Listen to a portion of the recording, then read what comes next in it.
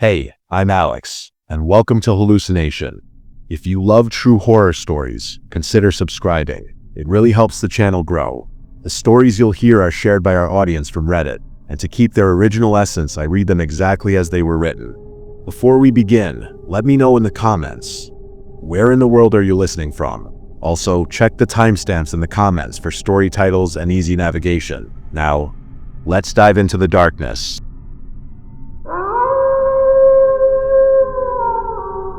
Someone set an appointment for me and won't let me forget it. A couple weeks ago, I got a text from an unknown number. Your appointment is scheduled for 2:30 p.m., October 19th. Please arrive on time. No name, no details, just that. I figured it was a wrong number or some spam bot and ignored it. I'm not the type to book random appointments. My life's a mess of late rent and grocery runs, not schedules. But the next day, another text. Reminder 2:30 p.m., October 19th. Do not be late. It came at 3 a.m., lighting up my phone on the nightstand. I blocked the number. It didn't stop.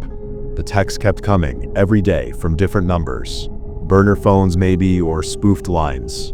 Always the same message, same time. 3 a.m., I'd wake up to my phone buzzing, that cold glow cutting through the dark, and my stomach would drop. I called my provider, but they said there was nothing they could do. Numbers weren't traceable, no pattern to pin down. I stopped sleeping right, started double-checking my locks, even though I live on the 4th floor of a shitty apartment building with a broken buzzer. Paranoia, sure, but it felt like someone was watching me screw up my own head. October 19th feels almost like yesterday. The text stopped that morning, and I thought it was over. I was exhausted, strung out on coffee and nerves, but relieved. Around noon, my boss called me into work. Extra shift, cash I couldn't say no to. I'm a line cook, and the kitchen was a blur of grease and yelling. I didn't notice the time until I glanced at the clock while scrubbing a skillet. 2:28 p.m. My chest tightened. I told myself it was nothing, just a coincidence, but my hands wouldn't stop shaking. At 2:30 sharp, the power cut out. The kitchen went dark. Lights, vents, everything. Dead silence. Then the sound of something heavy hitting the floor in the back room. My coworker, Javier, swore and grabbed a flashlight from under the counter. I followed him, my sneakers sticking to the tile, heart thudding so hard I could feel it in my throat. The back rooms where we keep the walk-in fridge and extra stock, cramped, cold, no windows. The flashlight beam caught stacks of boxes. Then the fridge door cracked open. Javier muttered, "What the hell?" and stepped closer. That's when I saw it. Something was smeared across the door. Thick, dark, like oil but redder, wetter. Blood, maybe. But it didn't smell right. Sharp, chemical, wrong. Javier reached for the handle, and I grabbed his arm, told him to wait. He shook me off, called me a pussy, and pulled it open. The fridge was empty. Not just no meat, no crates. Empty like it'd been gutted, walls bare and gleaming, too clean. In the center, on the floor, was a folded piece of paper. My name was written on it in block letters.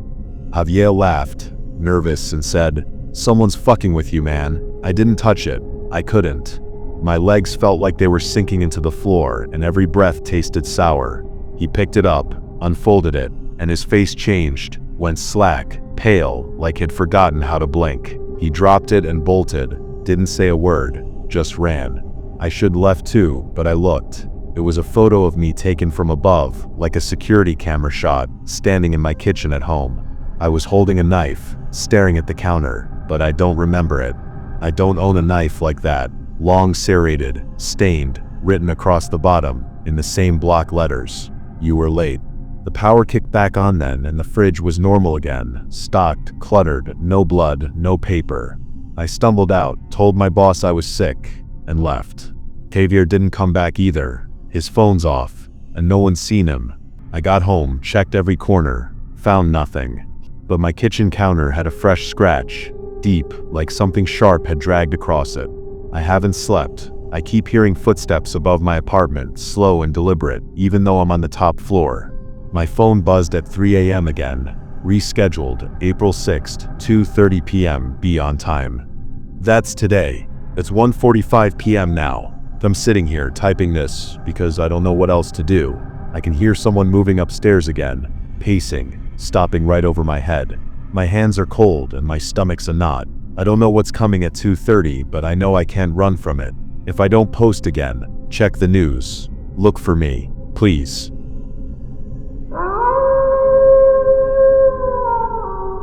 We started getting letters from a child we don't have. I found the first letter on a Tuesday. It didn't come in the mail. Not really. It was just there, in our mailbox. No stamp, no postmark, no return address. Just our names, written in a child's handwriting. Mara and Eli. Inside, on a single sheet of folded notebook paper, was this: "Hi, Mom and Dad. You don't know me yet, but I'm your son. I'm writing from the future. I just wanted to say thank you. You're doing everything right. I'll see you soon. Love, me." We laughed at first. We thought it was a prank. Maybe one of the neighborhood kids had slipped it in. It was cute, innocent. We saved it on the fridge for fun. The second letter arrived a week later. This time it was inside the house. I found it on the kitchen counter beside the coffee pot. No one had been in. No signs of a break-in. Nothing stolen. The doors were locked. We had no cameras, but we were always careful. Still, there it was. "Hi again. Mara, your headaches are from the water. It's the pipes. Don't drink it anymore. Eli, bring an umbrella on Thursday. You'll need it. I love you. Me." Mara had been having migraines for weeks. Her doctor thought it was stress, maybe hormones, but she stopped drinking the tap water and switched to bottled. Within 3 days, the headaches vanished. Thursday brought an unexpected hailstorm. Everyone at the office was drenched. I was dry. After that, we stopped laughing. We didn't talk about it at first. We just obeyed, quietly, unsure why. The letters were always right, helpful, loving. They felt real. They started arriving regularly. The third letter told us not to attend a birthday party we'd RSVP'd 2 weeks before. It was vague. "Please don't go to the party on Saturday. Something bad will happen. But you'll be safe if you stay home. I promise." We stayed home. The next day, the news reported a carbon monoxide leak at the event hall. Several people were hospitalized. One person died. The following letter said, "Thank you. That would have been very bad for us." We started saving every letter. They felt sacred. They always came when we were alone. Always in strange places, under pillows, inside cupboards, once even inside the fridge, folded neatly between 2 cartons of eggs. Each note felt warmer, more intimate, more personal. They began using our childhood stories, ones we'd only ever shared in whispers. "Mom, remember the pink shoes you buried in the woods behind Grandma's house? I found them. They were still there. Thank you." Mara burst into tears. She hadn't thought of those shoes in 20 years. "Dad, the letter you wrote to your grandpa before he died. He read it. He says thank you." My knees buckled. I had burned that letter before ever sending it. Then the warnings began. They were subtle at first. "Don't answer Aunt Lydia's calls anymore. She doesn't believe in me. She's going to make you forget." We ignored that one. Lydia came to visit the next week. She walked through our house, sat on our couch, and said she felt something wrong in the air. She kept asking if we were okay, if we were sleeping, if we were eating. She left us a dream catcher and told Mara to wear lavender on her wrists. The letter that night said, "She saw too much. You have to be careful." 2 days later, Lydia's car crashed on a mountain road. She survived, but she was in a coma for 2 weeks. We never called her again. By the time the pregnancy test came back positive, we didn't question it. It didn't matter that we hadn't planned for children. It didn't matter that I'd had a vasectomy 5 years earlier. "Miracle," Mara whispered. "Destiny," I said. We held hands in the kitchen, trembling. The house felt too still. Outside, the wind stopped. The letter was already on the counter. "He's coming. Thank you for making it possible." The letters became more frequent, more urgent. "Don't trust the man with the dog who walks past at 8:15. He's watching us." "Don't let the doctor touch Mom's stomach. He'll feel something he's not supposed to." "Don't look into the mirror for too long." We didn't know what that meant, but after a while, we couldn't. Our reflections began to move out of sync. The pregnancy progressed rapidly. By what should have been week 12, Mara looked full term. She didn't gain weight. Her skin remained smooth, flawless, but her stomach grew, and the skin over it pulsed faintly, like something underneath was testing the boundaries. She didn't sleep much. When she did, she murmured in a language I didn't recognize. The letter still addressed us lovingly. "You're both doing so well. I'm so proud of you. Don't listen to anyone else. They'll try to keep us apart. You have to protect me. We're almost ready." Then came the letter about Mr. Halberd, our neighbor. "He knows. He's been watching you. He's going to ruin everything. You have to stop him." We were scared. We believed it. Halberd had always been nosy, sure, but lately he had been stopping by more, asking strange questions. "You folks expecting? You look different. This house, something about it, feels wrong now." The next note said, "He's lying. He always has. He hurt children once. He hurt me too. Do what you need to do." Mara convinced me to confront him. It wasn't supposed to happen like it did. But it did. Halberd fell down the stairs. His neck broke. We didn't call the police. We buried him under the garden shed. We found a letter in the soil the next morning. "Thank you, he won't interfere anymore." Mara went into labor that night. That's when the sky turned black. Not cloudy, not stormy, just black, like someone had painted over the sky with tar and forgot to leave room for the stars. The power flickered once, then died. Every light, every outlet, my phone screen refused to turn on, even with a full charge. The clocks froze at 11:44. Outside the window there were no streetlights, no moonlight, just a black wall where the world used to be. Even sound felt muffled, like we were wrapped in cotton. Mara screamed. It wasn't a cry of pain. It was something else. Her voice didn't echo. It seemed to collapse in on itself, the sound falling flat in the air like it wasn't allowed to leave the room. And then it stopped. Her eyes rolled back. Her mouth hung open, and from her lips came a voice that wasn't hers. Not deep, not monstrous, just wrong. Like 100 whispers trying to form one word. I leaned close, trying to understand. She convulsed once, twice, then went completely still. Her stomach bulged and contracted in slow, rhythmic pulses. Something was moving beneath the skin, not kicking, shifting, like it was stretching, unfolding. I backed away. The room felt hotter by the second. The walls pulsed with a dull red hue as if lit from behind veins. The floor vibrated beneath my feet, in perfect sync with Mara's breaths, deep, dragging, unnatural. There was no blood, no contractions, just silence and movement. Then came the sound, a high-pitched whine like metal scraping against bone. It came from Mara's mouth, eyes, fingertips. Her skin began to glow, and just as quickly, it stopped. Her belly went still. Her eyes fluttered open. She looked at me, really looked at me, and smiled. "It's okay now," she said. I dropped to my knees beside her. The glow in her skin faded, and then, slowly, impossibly, she reached down and pulled something out of herself. Not screaming, not shaking. Calm, serene. What she held was not a baby. It was shaped like one. Sure, but the proportions were wrong. Limbs too long, eyes too large. Skin smooth and translucent like polished stone. It blinked at me, its mouth opened into a crooked smile, and God help me, I smiled back. We didn't sleep that night, not because we were afraid, because the baby, our son, didn't want us to. He didn't cry, he didn't fuss, he just stared wide-eyed. From the little nest of blankets we laid him in on the living room floor. His eyes never closed, not once. "He doesn't blink," Mara said around 3 a.m. I hadn't noticed, but she was right. He watched us constantly, like he was memorizing us, studying us, like we were a test, and he was waiting for the results. And we felt proud, grateful. There were no more letters, none the next morning, none the next week, but there were changes. Mara no longer needed food, not really. She'd pick at toast, sip at tea, but nothing else. She stopped sleeping entirely, yet never seemed tired. She said her dreams now lived outside of her, that he had taken them from her for safekeeping. I kept working, going through the motions, but people looked at me differently. My coworkers asked if I was okay. One even reached out and grabbed my arm like he thought I was about to collapse. "You've been losing weight," he said. "You look pale." I looked in the mirror that night, and I didn't recognize myself. But when I turned away, I saw my reflection blink, and I hadn't. The next letter came 2 weeks later. It wasn't in the mailbox. It was in the crib, folded beneath our son's body, like a note left in a bassinet at a fire station. It was different. printed, not handwritten. Sharp letters, uniform and cold. Phase 1 complete. Secondary conditioning successful. Intervention no longer necessary. Initiate localization.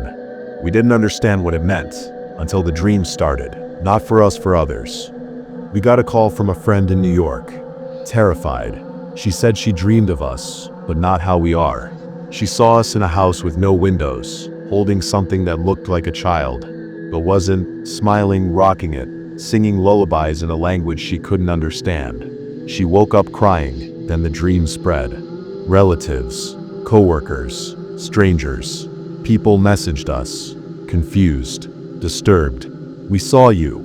We saw him. He told us things. He told us what's coming. He all nodded. He had a name now, and then he spoke it, to us, out loud. Just one word, in a language we couldn't place. But it cracked the glass on the coffee table, sent every dog on the block into a howling frenzy. Mara dropped to her knees and whispered, "Yes, yes, I hear you."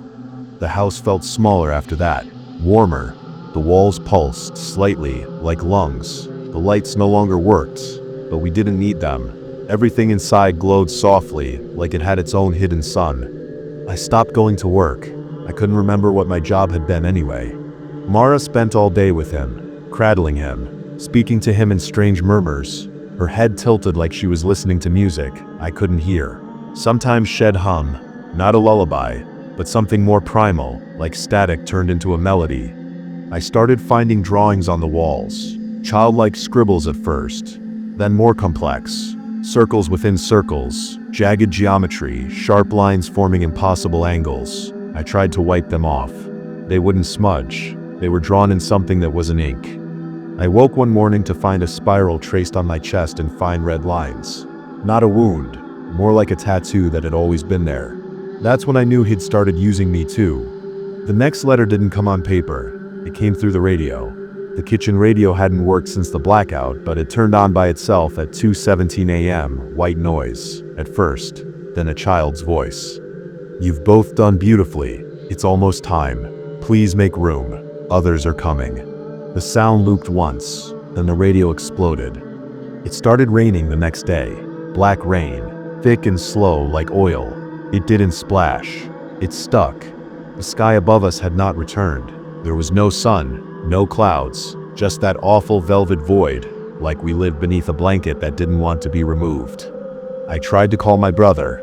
The line clicked and opened into silence, and I heard him breathing, then crying, then a voice, our son's voice, saying, "He's not ready."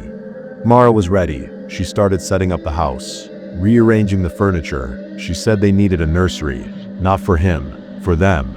"They're coming through soon," she told me one night while folding linens. "He's made it safe for them now." "Who?" I asked, because I didn't want to believe I already knew. She looked at me with those wide, glowing eyes and said, "The others." 2 nights later, we watched from the porch as the man across the street walked into his front yard, dropped to his knees, and carved a circle into his chest using the edge of a broken CD. He was smiling the entire time. When I ran to him, he was already gone.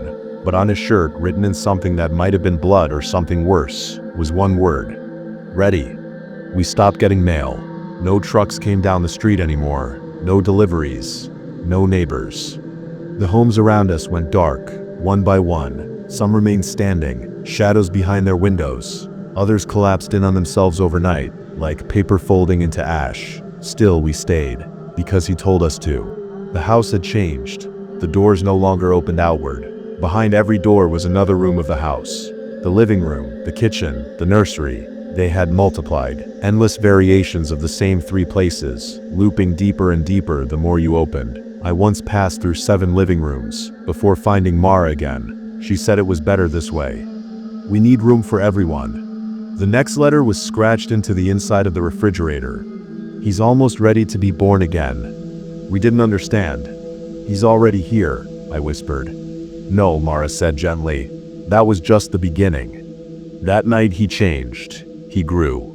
Not larger, but deeper. He felt heavier in our arms, like he contained more space than the outside of his body suggested. His eyes no longer blinked. They shifted, like you were never quite looking at them directly, no matter where you stood. He called me by my real name, not Eli, the one no one knew, not even Mara. And when I asked him how he knew it, he said, "I gave it to you." We found the final letter in our bed, folded neatly, resting on our pillows. This one wasn't signed. The bridge is built. The hosts are prepared. The signal will arrive soon. Do not interfere. The walls began to hum. The black sky tore open, but it didn't reveal stars. It revealed an eye, huge, pulsing, watching, and it blinked. We didn't scream when the sky blinked. We knelt. Everyone did. Across the street, from what houses remained, figures emerged, staggering, praying, chanting in tongues that didn't belong to any language we knew. Some we recognized, some we didn't. All of them watched the sky and waited. And our son, our beautiful, impossible son, smiled. "Now you see," he said.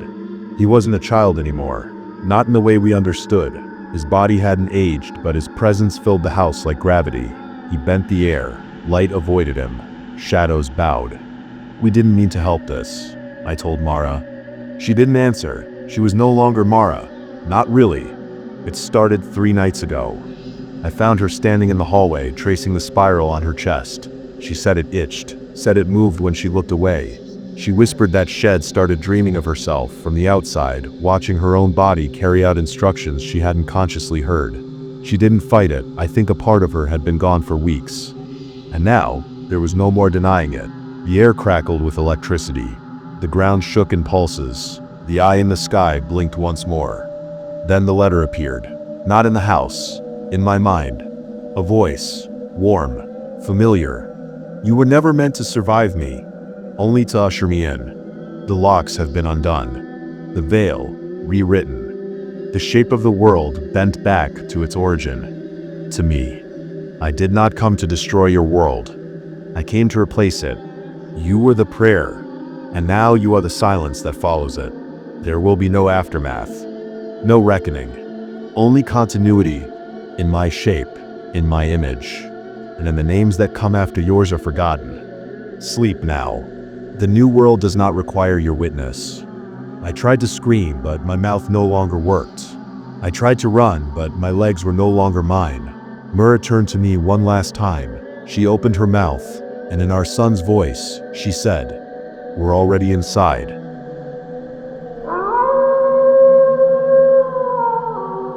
We started recording our fights to be better communicators. Now I don't know what's real anymore. Hey, so, I don't even know how to start this. I'm not a writer or anything, and I'm honestly not trying to make this sound dramatic. I just don't know who else to talk to. Maybe someone here has experienced something similar. My partner Emma and I have been together for like 4 years. We live together, things are mostly good, but we fight, you know? Nothing abusive or anything, just regular couple stuff. Miscommunications, little resentments, stress, but we noticed we kept forgetting how arguments actually went down. Like one of us would say the other twisted things, or misremembered what was said. It was getting frustrating. So a couple months ago we had this idea, kind of from therapy podcasts, I think. We agreed to record arguments when they got heated so we could listen later and talk it out more calmly. Not in a creepy way, it was mutual. No editing, no deleting, just being accountable. Seemed smart at the time. It actually helped a bit in the beginning. Then, about 2 weeks ago, we had this fight about laundry. I forgot to switch loads again. Yeah, I know. And Emma got mad, said I always do this shit and leave things half done. I got defensive. She got more upset. Whatever. I hit record on my phone around the halfway mark, and we just kept arguing for like 20 minutes. Nothing wild, just tense and kinda mean. Next night, we sat down to listen back like we'd been doing. I swear to God, what we heard on that recording was not what happened. My voice was off, like it was me, but flat, cold. I sounded weirdly calm the whole time, even when I know I was pissed. And Emma's voice, I can't explain it, wasn't how she talks. It was so harsh, like she hated me. She said stuff she'd never say, things that don't even make sense. At one point, she said something like, "You're just like your father, weak." She doesn't talk about my dad. She knows he left when I was a kid. We've never talked about it in detail. She wouldn't say that. She swore she didn't. I thought maybe I opened the wrong recording or something, but it was timestamped correctly. It was the right one. It was the only file recorded that day. I tried to forget it, chalked it up to stress. Bad memory. Glitch? I don't know. But a few nights ago, it happened again. Different argument. This time I recorded the whole thing from the start. It was about work stuff. Emma was venting. I gave advice. She snapped at me, said I always try to fix instead of listening. It escalated. Not yelling, but close. When we played it back, it was even worse than the first time. The voices on the recording were us, but my voice sounded condescending, like I was talking down to her, saying stuff I'd never say, and she just sounded broken. Not angry, just detached, repeating the same phrases over and over like she was stuck. Stuff like "this isn't the first time," and "we agreed, we agreed, we agreed." And there was something else. Background noise. Like whispering. Really faint. I thought it was interference, but when I scrubbed the file and boosted the volume, I swear it sounded like breathing. Or footsteps. Like someone walking in the room. But we were alone. Just the two of us. No TV on. Nothing. Emma left the next morning. Said she needed space. Went to stay with her sister. She's barely texting me. I think she's scared. I am too. Here's the part that's really messing me up. Last night, I found a new recording in the folder. It wasn't there before. Time-stamped 2 nights ago after she left. It's over 3 hours long. I didn't record anything. I didn't even touch my phone that night. But when I played it, we're both in it. Fighting again. Saying the most hateful shit. Stuff I can't even bring myself to type here. Like whoever's talking wants to destroy us. And at the end, right before it cuts off, I swear to God there's another voice. One I've never heard before. It says, "Now we're all caught up." I don't know what the hell is going on. I don't know if I'm losing it, or if something's messing with us. I haven't slept. I keep checking my phone. I'm scared to hear my own voice again. If anyone's ever heard of something like this, please say something.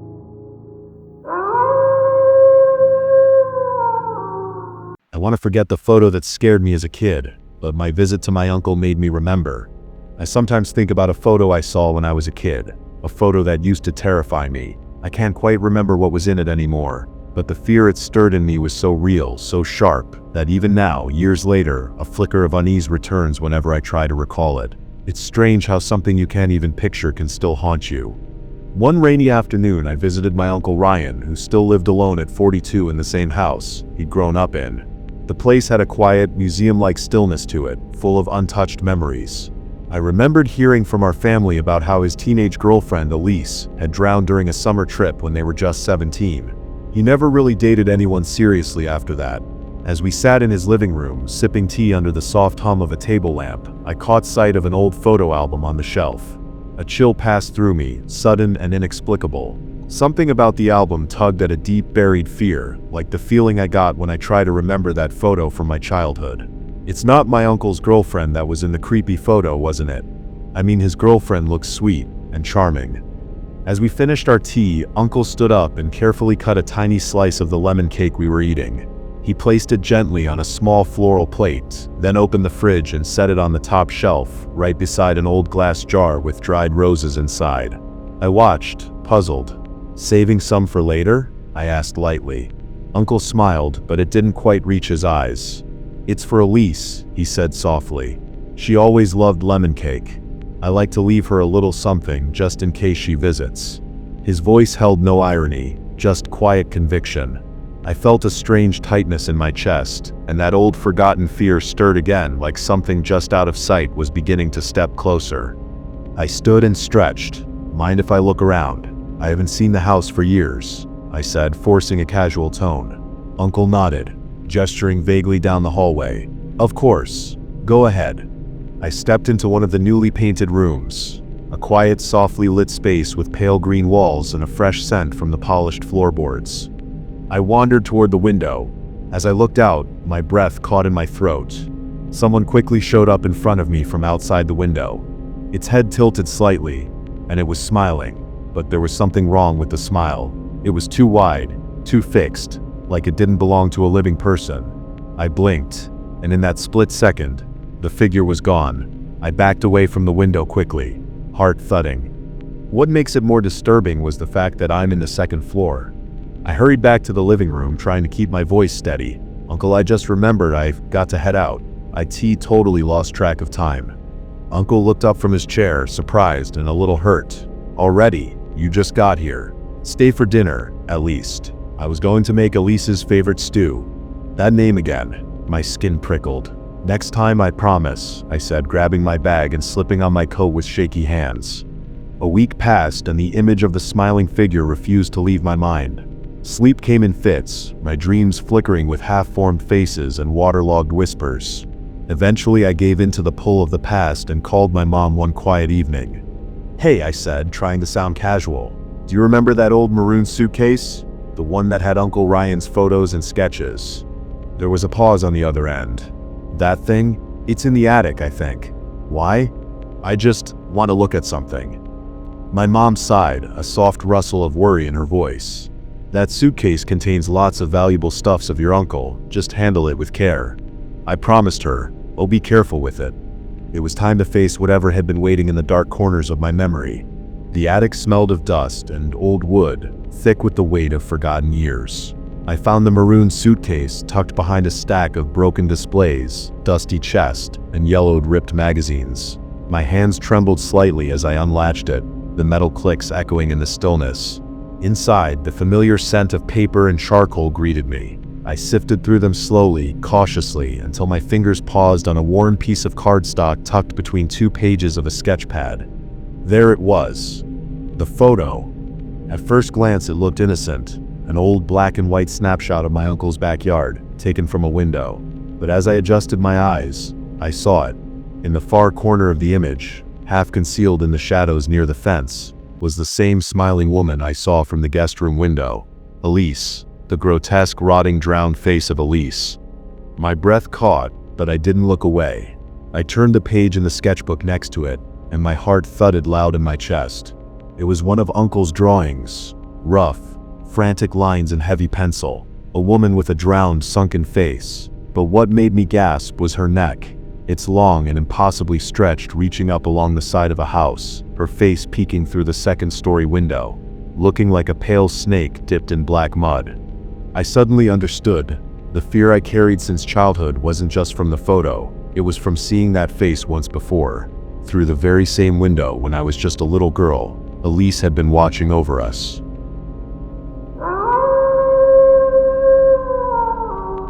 Something ancient walks the office hallways at night. I'm not sure if this is the right place for this, but I need to get it off my chest. I work in an office building in Denmark, and something happened to me last winter that I've never been able to explain. I've always been a skeptic, the kind of guy who rolls his eyes at ghost stories, but this experience left a mark on me. Since then, I've heard whispers from others in the building. A few coworkers have mentioned strange sounds, unexplained power outages, and that feeling of being watched when no one else is around. I haven't told them what I saw, not yet, but I'm considering asking around. If this post gets any interest, I'll try to collect their stories too. For now, here's mine. I'm Danish, and I've always considered myself rational, maybe too rational. I don't believe in ghosts, spirits, or the supernatural.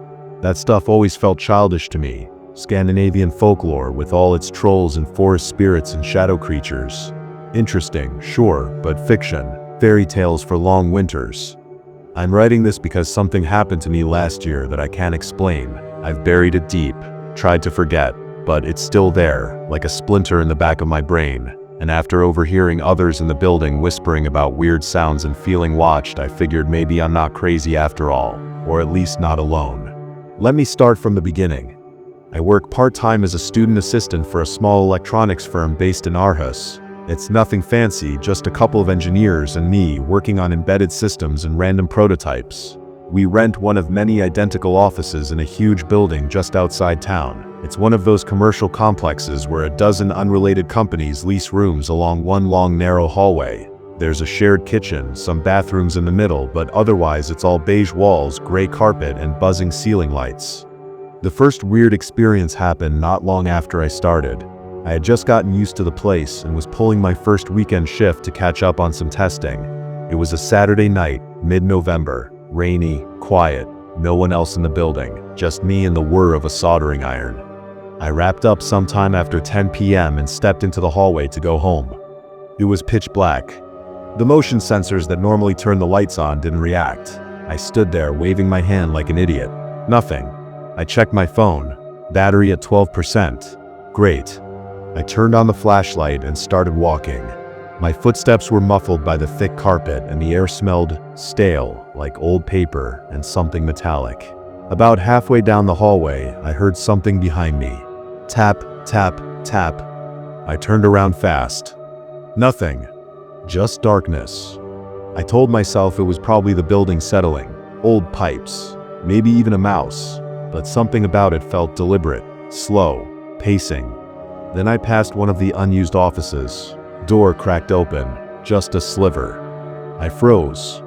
I was sure that door had been shut earlier.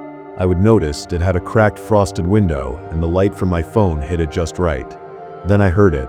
Inside the office, a scratching sound, like nails on plastic, repeated, rhythmic, almost like clicking. I leaned in against every instinct and whispered, "Hello?" Silence. Then a voice, a whisper so low I almost thought I imagined it, said, "Don't come closer." That voice stopped me cold. It wasn't just the words. It was the tone, flat, almost mechanical, like something trying to imitate a human, but not quite getting it right. There was no emotion in it, no urgency, just cold instruction. I took a step back, and that's when the scratching started again, louder now, faster, from inside the office. Then something moved behind the frosted glass. Just a shadow, thin, wrong. Too tall, shoulders bent forward, almost hunched, like it couldn't stand upright. I could see the shape of its head, long, narrow, and something that looked like antlers sprouting from it. They scraped the top of the doorframe as it shifted. I bolted. No hesitation. I turned and ran down the hallway toward the elevator. I didn't look back. Not yet. My heart was pounding so hard I thought it would burst. As I reached the elevator, I slammed the call button and of course, nothing happened. Dead. I turned to take the stairs. And that's when I heard it, the footsteps again. But this time not behind me. Above me. Like something was crawling. No, dragging itself.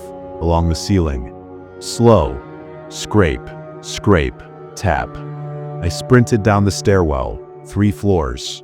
I don't remember breathing. I didn't stop until I was out of the building, standing in the freezing rain, shaking.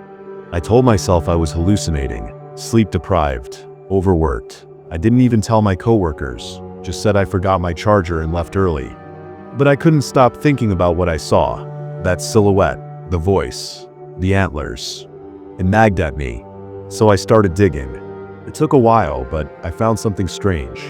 There was an old article from the 70s about a man who worked night shifts at a printing office in the same building, back when it was owned by a Danish industrial group. He was found dead in the hallway.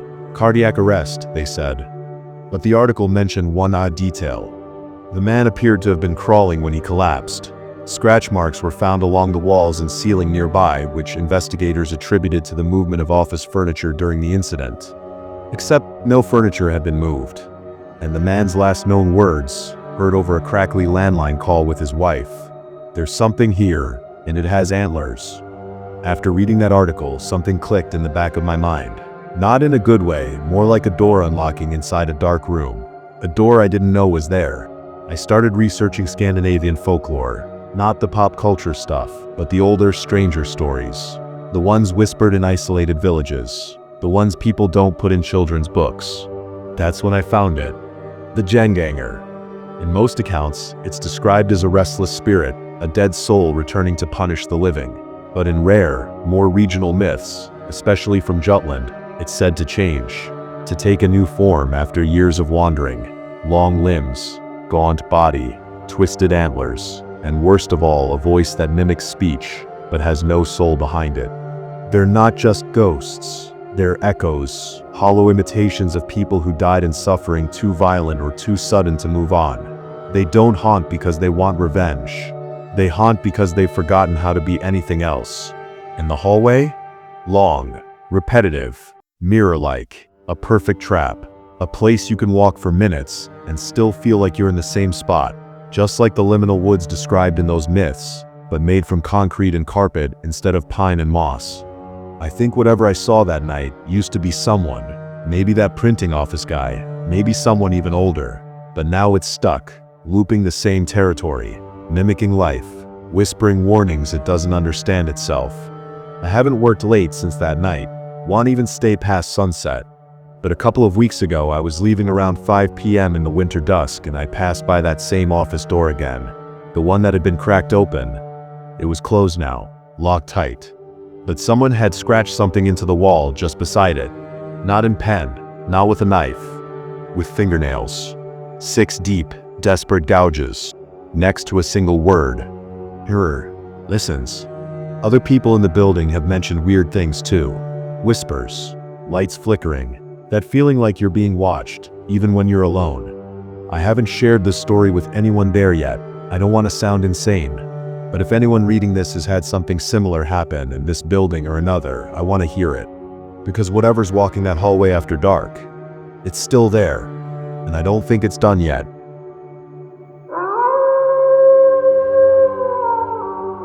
My apartment is haunted, but I'm too broke to leave. It wasn't the first time I had come home to a pool of freshly spilled blood. The fan was switched on and the currents of wind blew ripples across the glistening red liquid. I sighed, shut my eyes for an instant, then stepped forward right onto the pool of blood. There was no splash, no sticky squish. I opened my eyes. The pool of blood was gone. I walked right to the kitchen and poured myself a cup of coffee. The pool of blood is pretty low on the list of horrific images I see in this apartment. I've seen severed limbs, a mutilated face with gaping worm-infested eyes, a bunch of hair still attached to part of a scalp. I'm not exactly used to all these images, but I'm learning to cope. The first time I saw one though, I got the worst one, the face with the worms in the eye sockets. I screamed, turned to run, slammed into a wall, fell back dazed, turned my head to see the same face staring right at me an inch away from my own, screamed again, and passed out. The doctor said I was hallucinating from stress. Mood-dependent psychosis or something like that. I saw a psychiatrist, took a bunch of meds, then began to lie that I had stopped seeing the images. They were considering warding me or having me quit my job. In this day and age, quitting my job is not possible. Being warded, a hit on my already sad finances. I could move out, but finding a place with this rent price, at such a good location so that I can save on travel expenses, no way. I mean, it might sound crazy, but I prefer dealing with the images, which at the end of the day can physically harm me, or so I hope, than starving to death on the streets. I just ignore them these days. I used to take photos of the images, just to confirm they weren't really there. Not in our plane of existence anyway. But now I just ignore them, walk right through them, and poof, they disappear. I'm thinking of hiring an exorcist, a priest, a monk, a witch, anyone who could possibly help. I've bought secondhand religious ornaments and decorated the house with them. A cross here, a Buddha statue there, a Shiva painting at the door. The images still appear. I don't know if I can afford a proper exorcist/priest/monk/witch. The really good ones based on reviews are so expensive, and if I were to pay peanuts for a less legitimate one, I might as well save the peanuts for working towards being able to afford another place. They can get distracting. I'm just back from work, and I'm here, typing away, trying to ignore the torn-off arm dangling by my shoulder, draped over the back of my chair. I know it's not there, and I should no longer be bothered by it after months of seeing it around, but fuck, it moved. The fingers twitched. Fuck, I'm just gonna keep typing. Pretend I didn't see it. Something's on my left. Oh dear God. The face, but the eyes. The worm-clogged eyes. They're moving, staring. Straight into the side of my face. Did it just speak? Leo, it said. I think I'm gonna call the police. Very calmly. If you don't hear from me, if I don't post this, whoever sees this on my computer, please know something went wrong. That those things, they may not be as intangible as I thought. Well, here I am again. The police came. Found me hysterically swatting away at invisible things on my shoulder, screaming my head off, collapsed on the ground, bawling. I have scratches all over my arms and legs. My face too. I had apparently clawed myself bloody. I don't really remember what happened. The psych at the hospital said it's probably dissociation, a defense mechanism. My brain clicked into gear. I remember the name Leo though, even without reading what I had written before. I remember dialing the police, telling them to come right away, giving them my address, then something yanking my hair back, hard. I heard a creak from my neck before I fell back. Then nothing. I'm okay though, nothing seriously hurt. I'm warded voluntarily, but they got me my laptop and other stuff I need. I'm a danger to myself. I attacked myself based on what the psych said. I'm under mild sedation, so I feel somewhat calmer at least. I did a bunch of research on Leo. I called my landlady. Her voice cracked when I asked her about that name. She said Leo was the boyfriend of her previous long-term tenant, Sasha. Sasha had moved away abruptly, just upped and left. The landlady never got to say goodbye or talk to Sasha. She just received a text from her about her departure. The tenant had forfeited her deposit. She was in that much of a hurry to leave. The landlady had spoken to Leo, the boyfriend, when he came by to pack Sasha's stuff. He had told the landlady that Sasha had to move for work. I asked her more about Leo. The landlady said he seemed intense, nervous, rather twitchy. She didn't like his energy. We were silent on the call for a long moment before she spoke again. I always wondered what really happened to Sasha, my tenant. I nodded. It was exactly what I was thinking too. Then I realized she couldn't see me and spoke. Yes, leaving so abruptly, giving up on the deposit. Did you ever hear about her since? No, never. The landlady didn't know much about Leo either.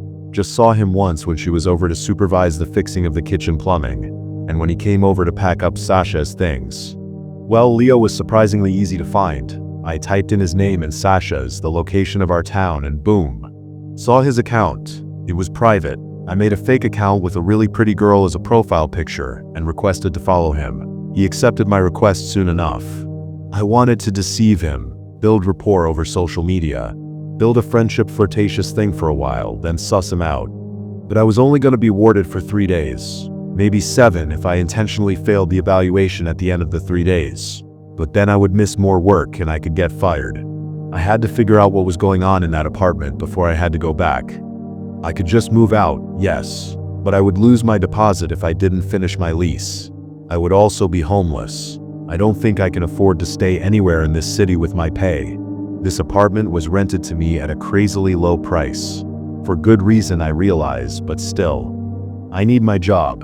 It's my first job in a long time. My first permanent job, at least. The first one with any hint of a future and progression. But those grotesque things had graduated from mere images. They had come to life and hurt me. They could touch me physically. I had to do something about it. So I sent Leo a message. I didn't have time to waste. What did you do to Sasha? I sent before I could second guess myself. Who are you? His reply didn't take long at all. He must have been online. Tell me what you did to Sasha. I was blocked within the next minute. I pushed it too far. I kept searching, trying to figure out more, but there was little I could do from the ward. I was discharged when the 3 days were up. Once home, I braced myself to see the pool of blood, the severed limbs, the ghastly face. What I saw instead was a shadow. I saw it the minute I walked into the living room. Someone was hiding behind my couch. Their shadow spilled beyond it. I froze and my breath caught in my throat. I took a step back, the cold of the tiles beneath my feet matching the cold in my bones. Another step back towards the door. My foot splashed into sticky liquid, and I slipped. My head hit something hard as I landed, and darkness tinged the edges of my vision. Then he was hovering over me, Leo. I could recognize him, even through my spotted vision and hazed mind. I tried to roll over, but pain bloomed in my head. Don't. I managed to gasp as he leant down and grabbed hold of my ankles. I tried to struggle, but everything felt weak. Objects were swimming in and out of my vision. He dragged me into my bedroom, threw me into the closet, and pulled out a key. I didn't even know my closet had a key. Then he locked me in. Stay in there until I deal with her. You'll be safer inside. Did he say I'll be safer? Then the closet door rattled. Hard. Something was throwing itself at the door. The hinges creaked with each slam. Tears of horror sprang into my eyes. My heart pounded with each juddering thud. Leo was insane. I leant forward, ignoring the crack of pain that burned through my head. I looked through the slats. Bam! A pair of eyes smashed up against the closet door from the outside, glaring right into mine. Worms wriggled in the soft, squishy, rotten whites and browns within the sockets. I screamed and flung myself back, hitting my already sore and tender head once again. That thing snarled at me. Then I saw Leo leap forward, grab that thing by its hair, and yank it back, the same way it had yanked my hair. It snarled, spittle flicking through the slats and landing on my face. The stench that accompanied it flooded my nostrils. It was a mixture of acid and cloying sweetness, overpowering, inescapable. I swiped the slimy spit off frantically, gagging, vomit rising. I heard Leo chant several phrases in a strange language in a sonorous, commanding tone, then fling something at that thing, at that head. Then I saw it, severed arms creeping up behind him. "Behind you!" I yelled, before I could stop myself, before I could wonder if Leo was on my side. Leo turned, leapt free of the arms that grabbed at his ankles. The fight went on for a long time, but those things and Leo were no longer within view from the slats. I sat still, listening to the sounds of a major scuffle. Thuds, snarls, shrieks, groans, crashing furniture. Then silence, save ragged breathing. Footsteps. I held my breath and shrank into a corner. The closet door swung open. Leo, bloodied, bruised, but with a triumphant look in his eyes. My heart leapt with hope, then skipped a beat in fear. I wasn't sure what Leo was. He seemed to have wanted to keep me safe, but I had no idea what he truly wanted, who he was, if he was good, evil. "She must have loosened the box," he said. "She must have what?" I asked, dazed. "Sasha's mother. She must have loosened the box." Sasha's mother. Box. "The landlady. You've met her? She's Sasha's mum." "She's what?" Leo told me the story then. How Sasha had died while they were dating, sacrificed in a ritual by two crazy friends of hers. In the guise of a retreat, her two new friends from work had lured her into an isolated cabin in the woods, killed her. The two friends had eventually died too before the investigation could be completed. But Sasha had come back, or something had. She came in the nights, haunted Leo. It was then that he suspected Sasha, or the thing that she had become, had killed the murdering friends. Sasha's mother and him had worked together to trap Sasha. They had consulted some powerful shamans. The shamans custom-made him a box meant to trap the entity that Sasha had become. "Shamans," I mumbled, remembering my list of potential people to call. Monks, priests, witches. Why hadn't I thought of shamans? Not like I could be afforded them anyway. They couldn't kill her straight out, she was too powerful, but she could be trapped within the box, sealed from the world. There, she would eventually weaken and die. But it seemed Sasha's mother couldn't bear it, couldn't bear the thought of her daughter withering away in the box. He believed she had loosened it, just a little. How Leo didn't say. He didn't know. She had loosened it enough for Sasha to feed. On unsuspecting new tenants. On me. Where's Sasha now? Back in the box. Under the bed. Under the fucking bed. She had been there the entire time. Her body. That thing. I had been sleeping right above that twisted demonic thing. I didn't let things slide. I confronted the landlady the next morning. About her lies. About how she tried to frame Leo. Tried to make me avoid him. By painting him out to be a possible murderer. For trying to sacrifice me as food for her dead daughter monster. And that is how I now live rent-free in an apartment in the heart of the city. The images stopped. No more visions of blood, limbs, eyes full of worms. I have a free apartment to live in. All I have to pay is utilities. That's the deal I struck with the landlady. The box is kept safely sealed now. All I have to put up with are the sounds of scratching that come from beneath my bed. Late in the quiet of the night, I can hear them. When I lie awake at night, I sometimes think I feel worms crawling in my eyes, and at times if I hold my breath, I can hear hers. But hey, beggars can't be choosers.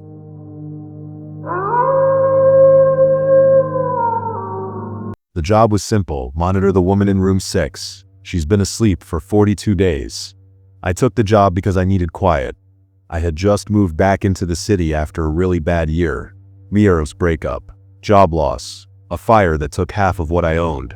I was couch surfing when I saw the listing. Overnight shift, private sleep study, no experience necessary, just basic data entry, and the ability to stay awake. I figured I'd get some peace, maybe save up enough to afford rent somewhere that didn't smell like damp carpet and stale weed.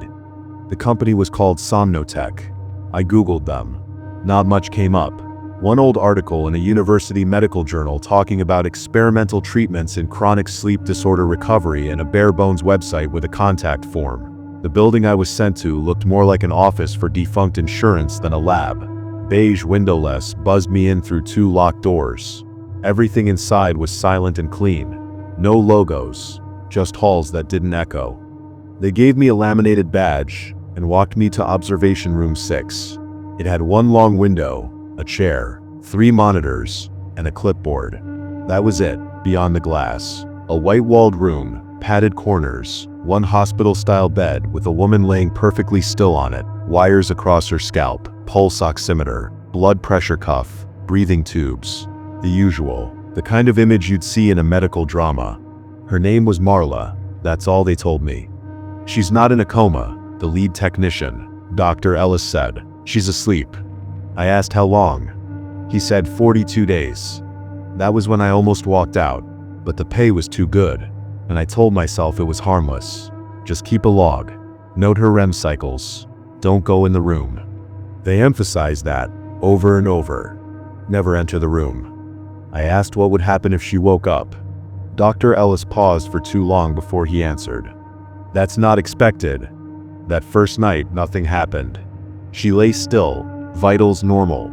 Every couple hours, her eyes flickered beneath the lids. Standard REM activity.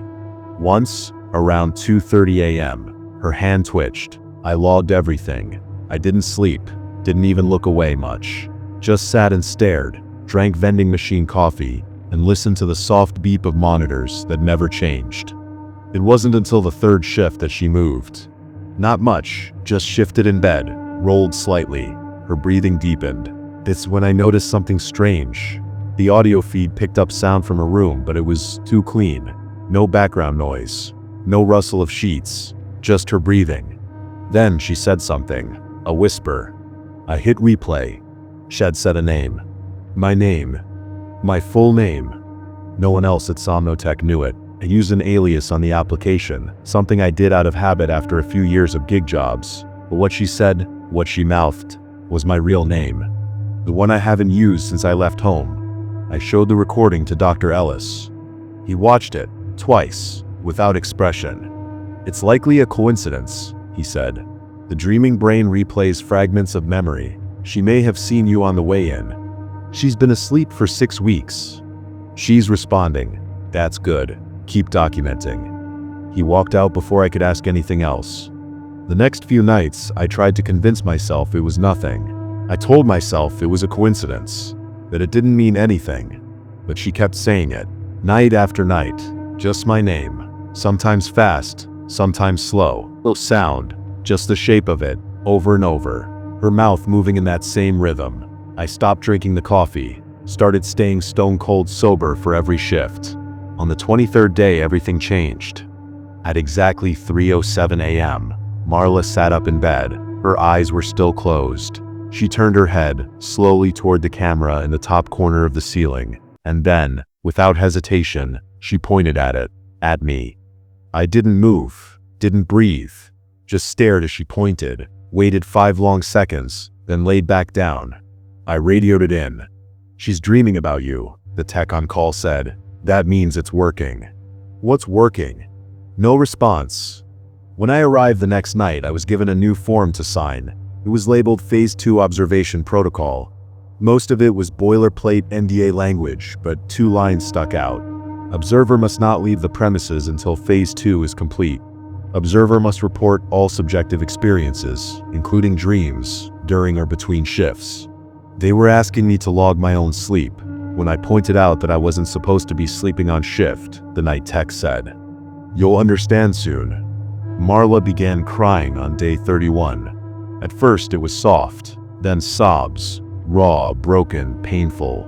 Her vitals didn't spike, brain activity remained stable, but the sound of her grief came through the speaker like it was close, not recorded, not filtered, like she was in the room with me. I started sleeping in 2-hour blocks. I couldn't stay awake anymore. My body was shutting down. And then the dreams came. First night, I'm standing in the hallway of the lab. Only it's longer. The walls are too narrow. The ceiling too low. At the end of the hallway, there's a door. Behind it, whispering. Second night, Marla is sitting in the chair I use, writing something. Every time I try to speak, she looks up and smiles. Her eyes are still closed. Third night I'm in the observation room, but the monitors show me sleeping. Marla's bed is empty. I started documenting the dreams. Every detail. I showed them to Dr. Ellis. He didn't even blink. "You're sinking," he said. Sinking with what? He just said, "The bridge needs a guide." I stopped asking questions. I stopped pushing. I didn't have much choice. I started working double shifts. 18 hours on, 6 off. I slept at the facility. They put me in a bunk room in a hallway. I'd never seen. I thought it was just exhaustion. But when I tried to leave the building after that shift, my badge was deactivated. The front doors stayed locked. I went back to the observation room. Marla was sitting up in bed, hands on her face, still crying. She had been crying for 9 days straight. I didn't eat, didn't sleep. I started taking the pills they left by the coffee machine. They didn't help. My vision blurred. My hands shook. Every time I looked in the mirror, I saw bags under my eyes, my face pale and gaunt. I wasn't there anymore. I was just in the room, staring, always staring. And then Marla opened her eyes. Just for a moment, just a fraction of an inch, but they were open. Not white, not rolled back. She was looking at me. Her pupils were there, focused. She held my gaze for a breath, then closed them. I tried to call Dr. Ellis. My radio didn't work anymore. The lights went out. The only thing left was the audio feed. Her soft crying, and then she said my name again. That's when I noticed. My clipboard was empty. Every log, every note, every dream I'd written down. I'd grabbed for the stack of old forms from the drawer under the monitor. They weren't there. Not even the signature pages. Just hundreds of blank sheets. I looked up at the monitors. The leftmost screen was blank. I hadn't noticed it. Was it always like that? It was dark. No vitals. No video. Just a black screen with a single white label. My name. Marla pointed at it. The crying stopped. She stood up and walked to the window. I felt cold. My blood slowed. My heart pounded in my ears. Then she reached out and touched the glass. And for the first time, the audio picked up more than her breath.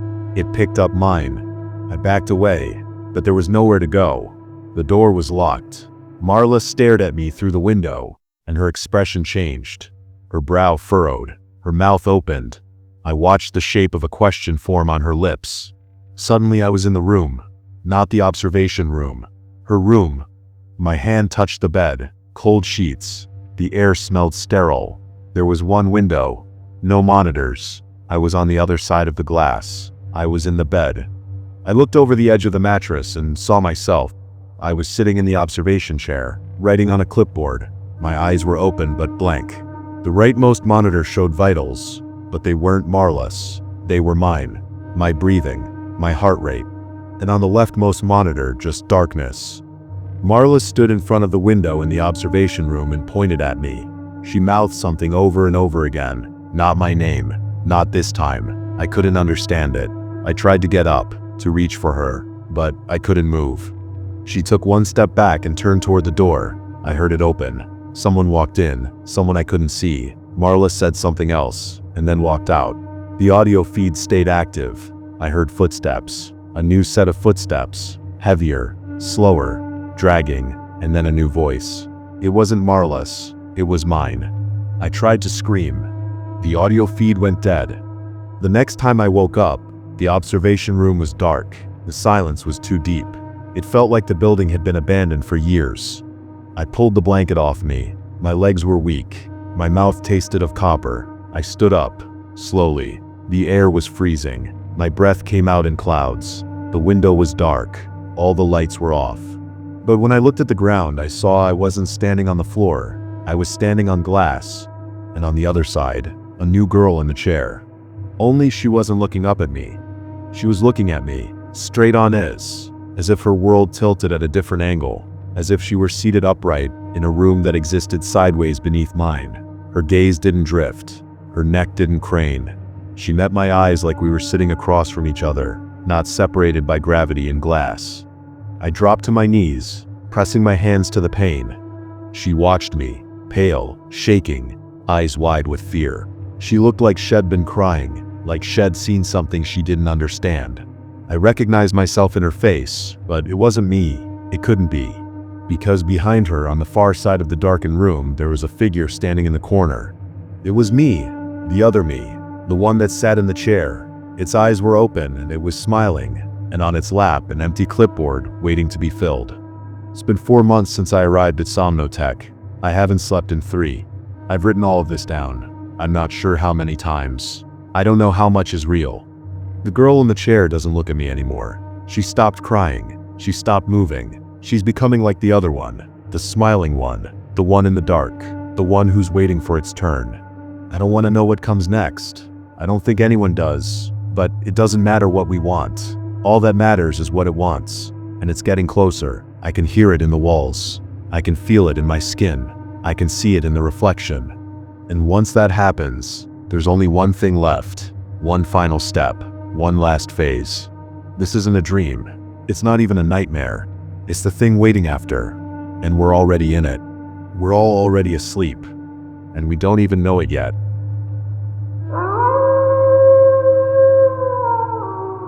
A spirit appeared to me and told my life was a lie. I was 13 when I first saw the gray woman. I would wake up to her sitting at the foot of my bed early in the morning, watching me in eerie silence. From the very first time, I knew she wasn't alive. She felt like a spirit or something. Her skin was almost translucent, and her face looked like a patch of dark gray that faded when I tried to get closer, a fog shaped like a person. Most girls my age would have been terrified, but I wasn't. Her presence gave me a strange sense of peace at a time I desperately needed it, and I never told my mother about her. I already had enough problems without adding ghosts to the list. Back then, I spent most of my time inside my house, isolated and drinking endless homemade remedies my mother prepared.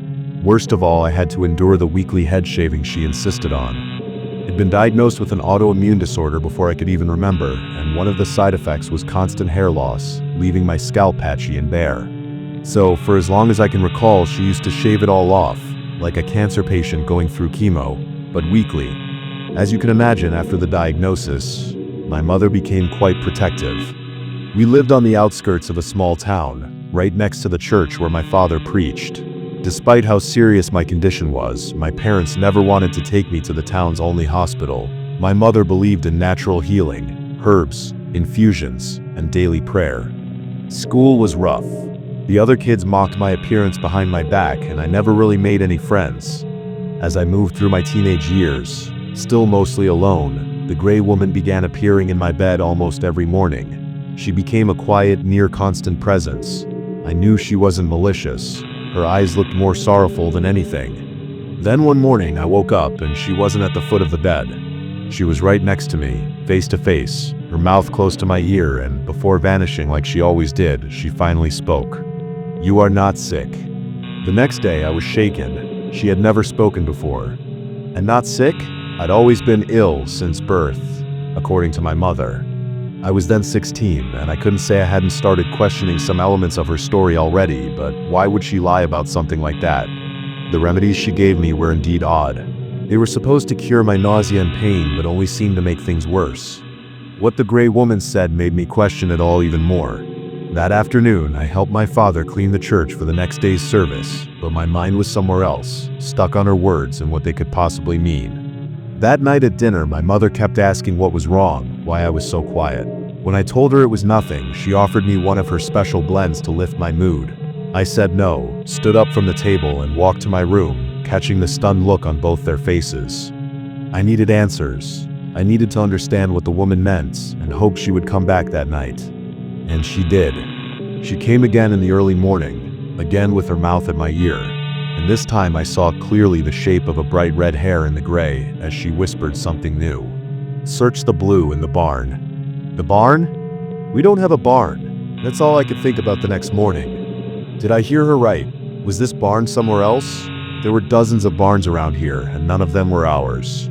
All day I tried to figure out the mystery through breakfast and later during my father's Sunday sermon. While he was going on about Abraham and Sarah and the importance of trusting God, a story I've heard 1,000 times, I remembered something.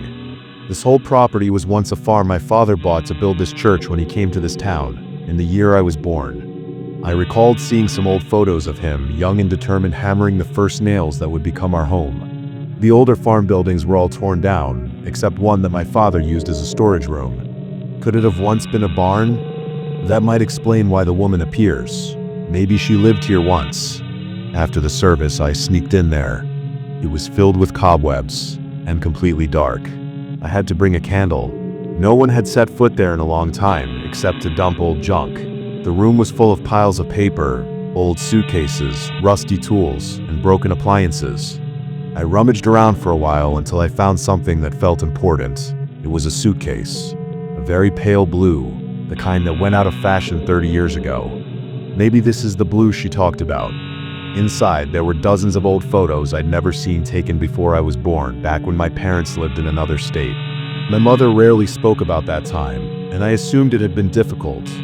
But looking at those pictures, I got a completely different impression. There were photos of my father's old church, packed and full of congregants.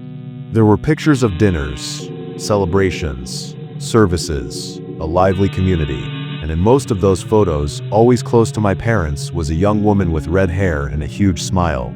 It was her, I was certain, the gray woman. She seemed to be a key part of my father's church back then. From the look of it, they were very close.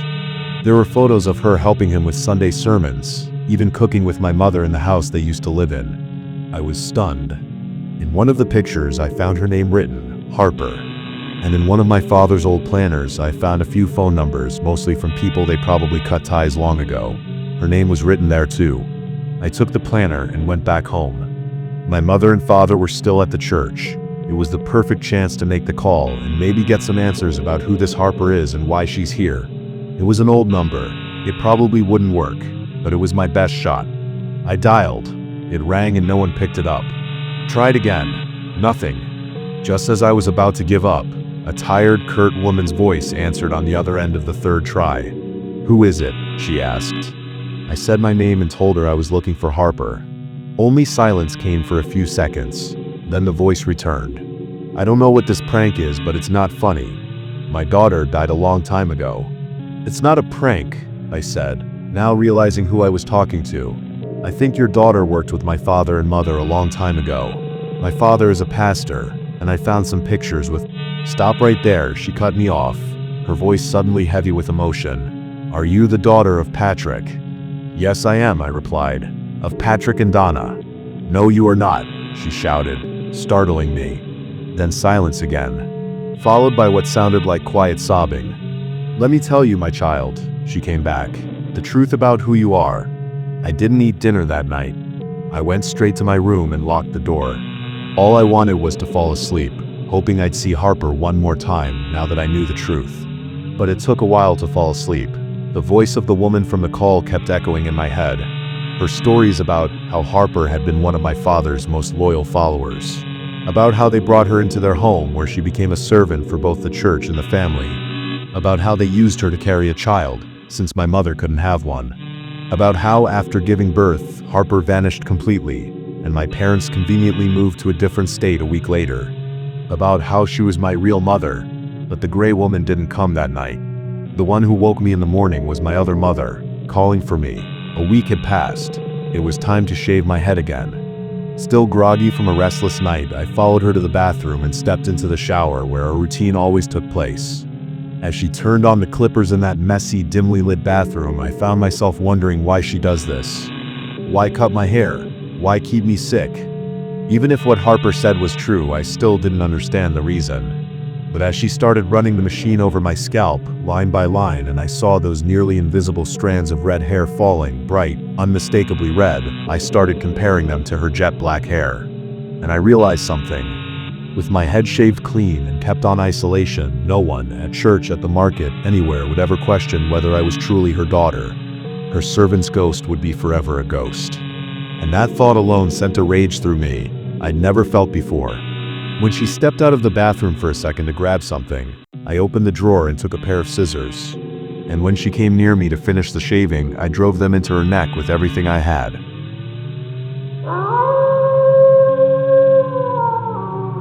My doorbell camera keeps catching a man dancing across the street. I live on a quiet road, no through traffic, just houses on either side and the occasional dog walker.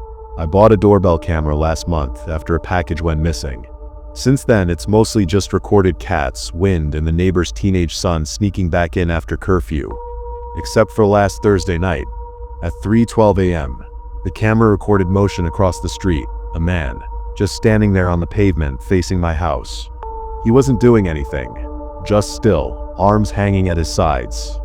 It was foggy, so I couldn't make out much detail except that he wasn't wearing a coat despite the cold, and his head was tilted just slightly too far to the left, like it wasn't sitting right on his shoulders. The clip ends after 30 seconds. He never moves. Friday morning, I checked the live feed before leaving for work. Nothing there, empty street. But when I got home and checked the motion alerts, he was back. Same time, 3:12 a.m. Only this time, he was dancing. Slow, unsteady movements, like a child pretending to be a ballerina underwater, arms swaying, head lolling with the rhythm. There was no music, obviously, but his pacing was deliberate. He never stepped off the curb, just swayed side to side, one foot up, one foot down, a slow, shuffling spin. Then he stopped, turned to face my house again, and waved. The clip ended there. I showed a friend. She thought it was someone drunk or on something. So that night, I stayed up. At exactly 3:12 a.m., the motion alert pinged. I pulled up the live feed. He was there, same spot, across the street, dancing.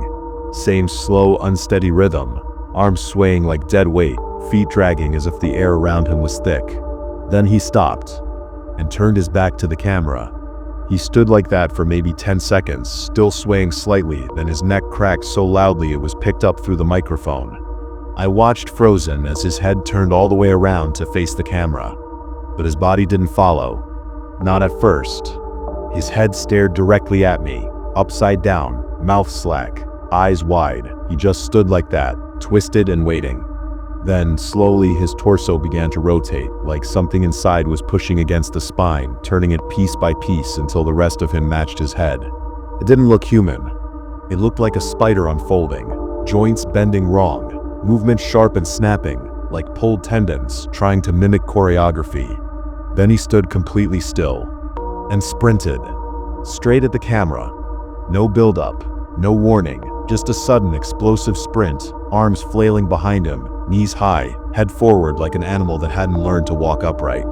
He didn't blink. His jaw hung open, loose and bouncing as he ran. I couldn't move. Just watched the live feed as he charged across the road, full speed, until the camera caught every frame of his face. Then, bang.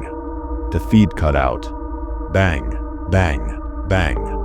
I heard it in real life, at my front door. Bang, bang, bang, bang. Over and over. Not knocks, not even fists. He was throwing himself against the door. I heard the frame rattle. The chain inside vibrated against the lock. Then silence. No retreating footsteps. No breathing. Just a loud silence. I didn't sleep. I sat on the floor across from the door, phone in my hand, staring at the peephole. At 3:27 a.m., I finally called the police. I didn't know what else to do. I said someone had tried to break in, that there'd been pounding, aggressive, non-stop, that I had video. They showed up 20 minutes later and found nothing. No marks, no damage, no sign anyone had been near the door. One of the officers even reviewed the footage from the doorbell camera with me. But the clips were gone. Not just the attack, everything. The dancing, the figure, the motion alerts. All of it wiped. The officer looked at me like I'd wasted their time, told me it was probably a glitch, maybe a weird dream, maybe a prank. But I didn't imagine what I saw, and I know what I heard. I deleted the app the next morning, took the camera offline. I wanted to believe it was over. But tonight, just after 3, my phone buzzed. No app, no notification, just a text from an unknown number. Are you watching? I haven't opened the door. I'm not going to. But through the curtains across the street, he's there. He's not dancing anymore. He's just standing in the road, still, staring at my door. And I don't think he's going to wait much longer.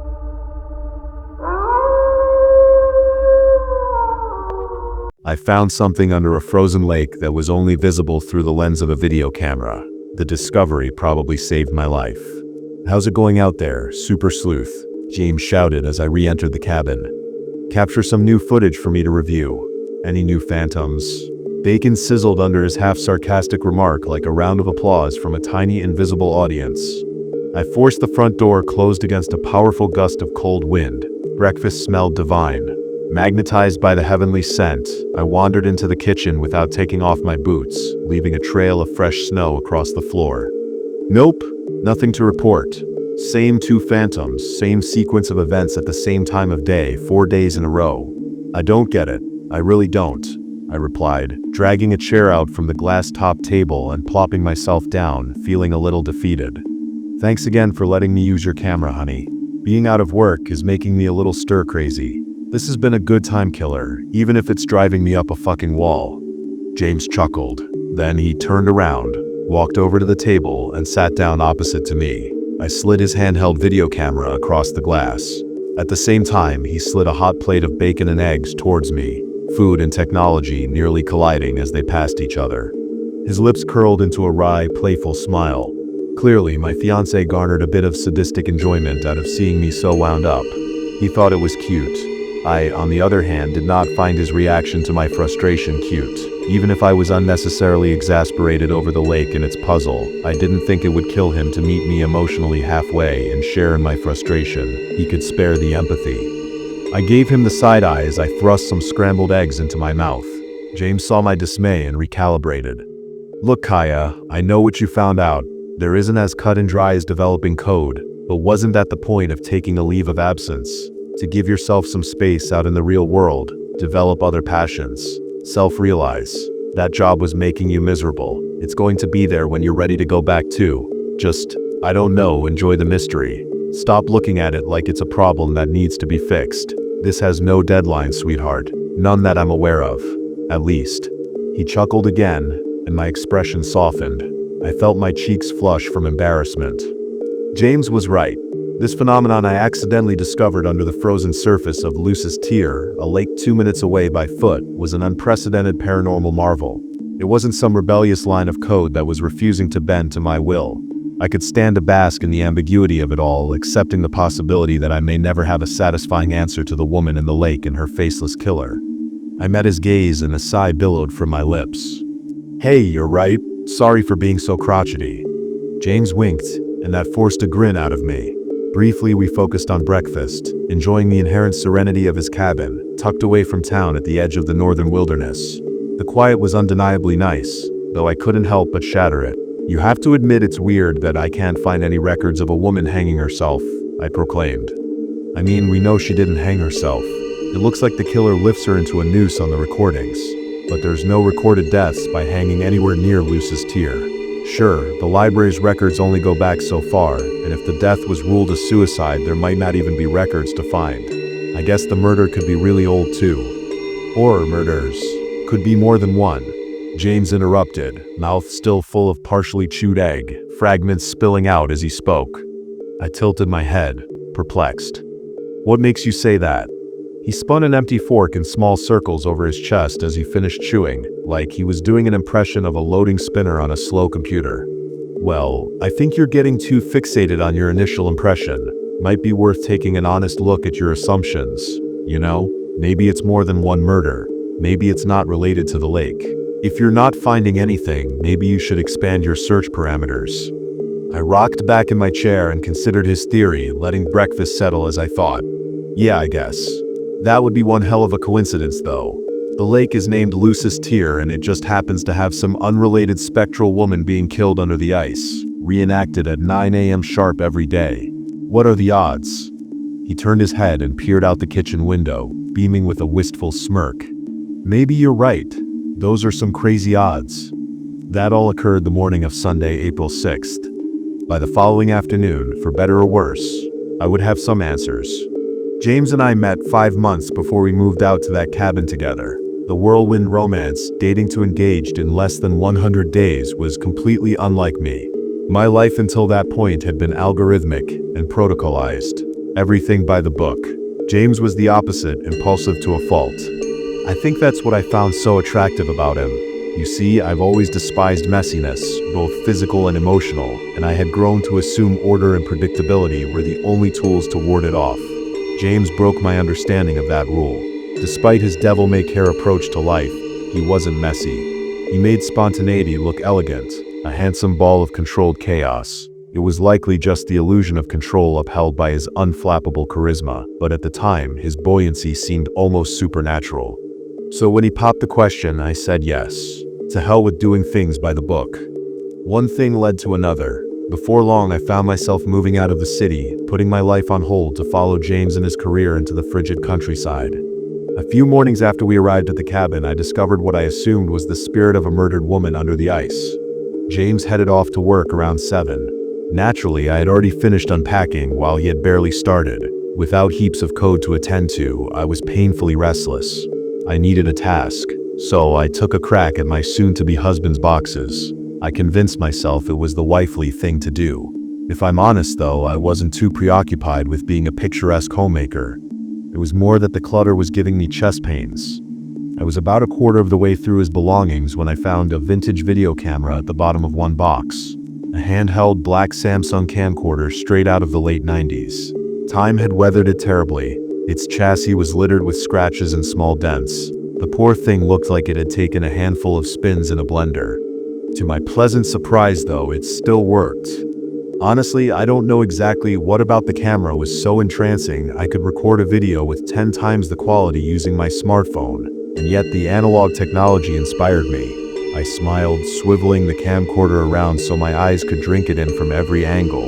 Then, like it always does, the demands of reality came crashing back. Still had a lot of boxes to deal with. I shrugged, letting my smile gradually deflate like a happy birthday balloon 3 days after the party ended. I was about to store it in our bedroom closet when I felt something foreign flicker in my chest, a tiny spark of excitement. The landscape outside the cabin was breathtaking and worthy of being recorded. Messing around with the camcorder sounded like fun. Of course, my automatic reaction was to suppress the frivolous idea, starve that spark of oxygen until it suffocated. It was an impulsive waste of time, and there were plenty more boxes to unpack. Thankfully, I suppressed my natural urge. Why not let that spark bloom a little? I thought. That's what James would do, right? An hour later, I'd find myself at the edge of Lucid's tier, pointing the camcorder at its frozen surface with a shaky hand, terror swelling within my gut. With a naked eye, there was nothing to see, just a small body of water shaped like a teardrop. But through the video camera, the ice seemed to tell an entirely different story. I tried to explain what I recorded to James when he arrived home that evening, but my words were tripping and stumbling over each, as they exited my mouth like a group of drunken teenagers at Mardi Gras. Eventually, I just showed him the recording. His reaction caught me off guard. As he watched the playback on the camcorder's tiny flip screen, the color drained from face. His eyes widened and his lips trembled. Not to say that was an unreasonable reaction, the footage was shocking. But before that moment, I'd never seen his cool-headed exterior crack. I had never seen James experience fear.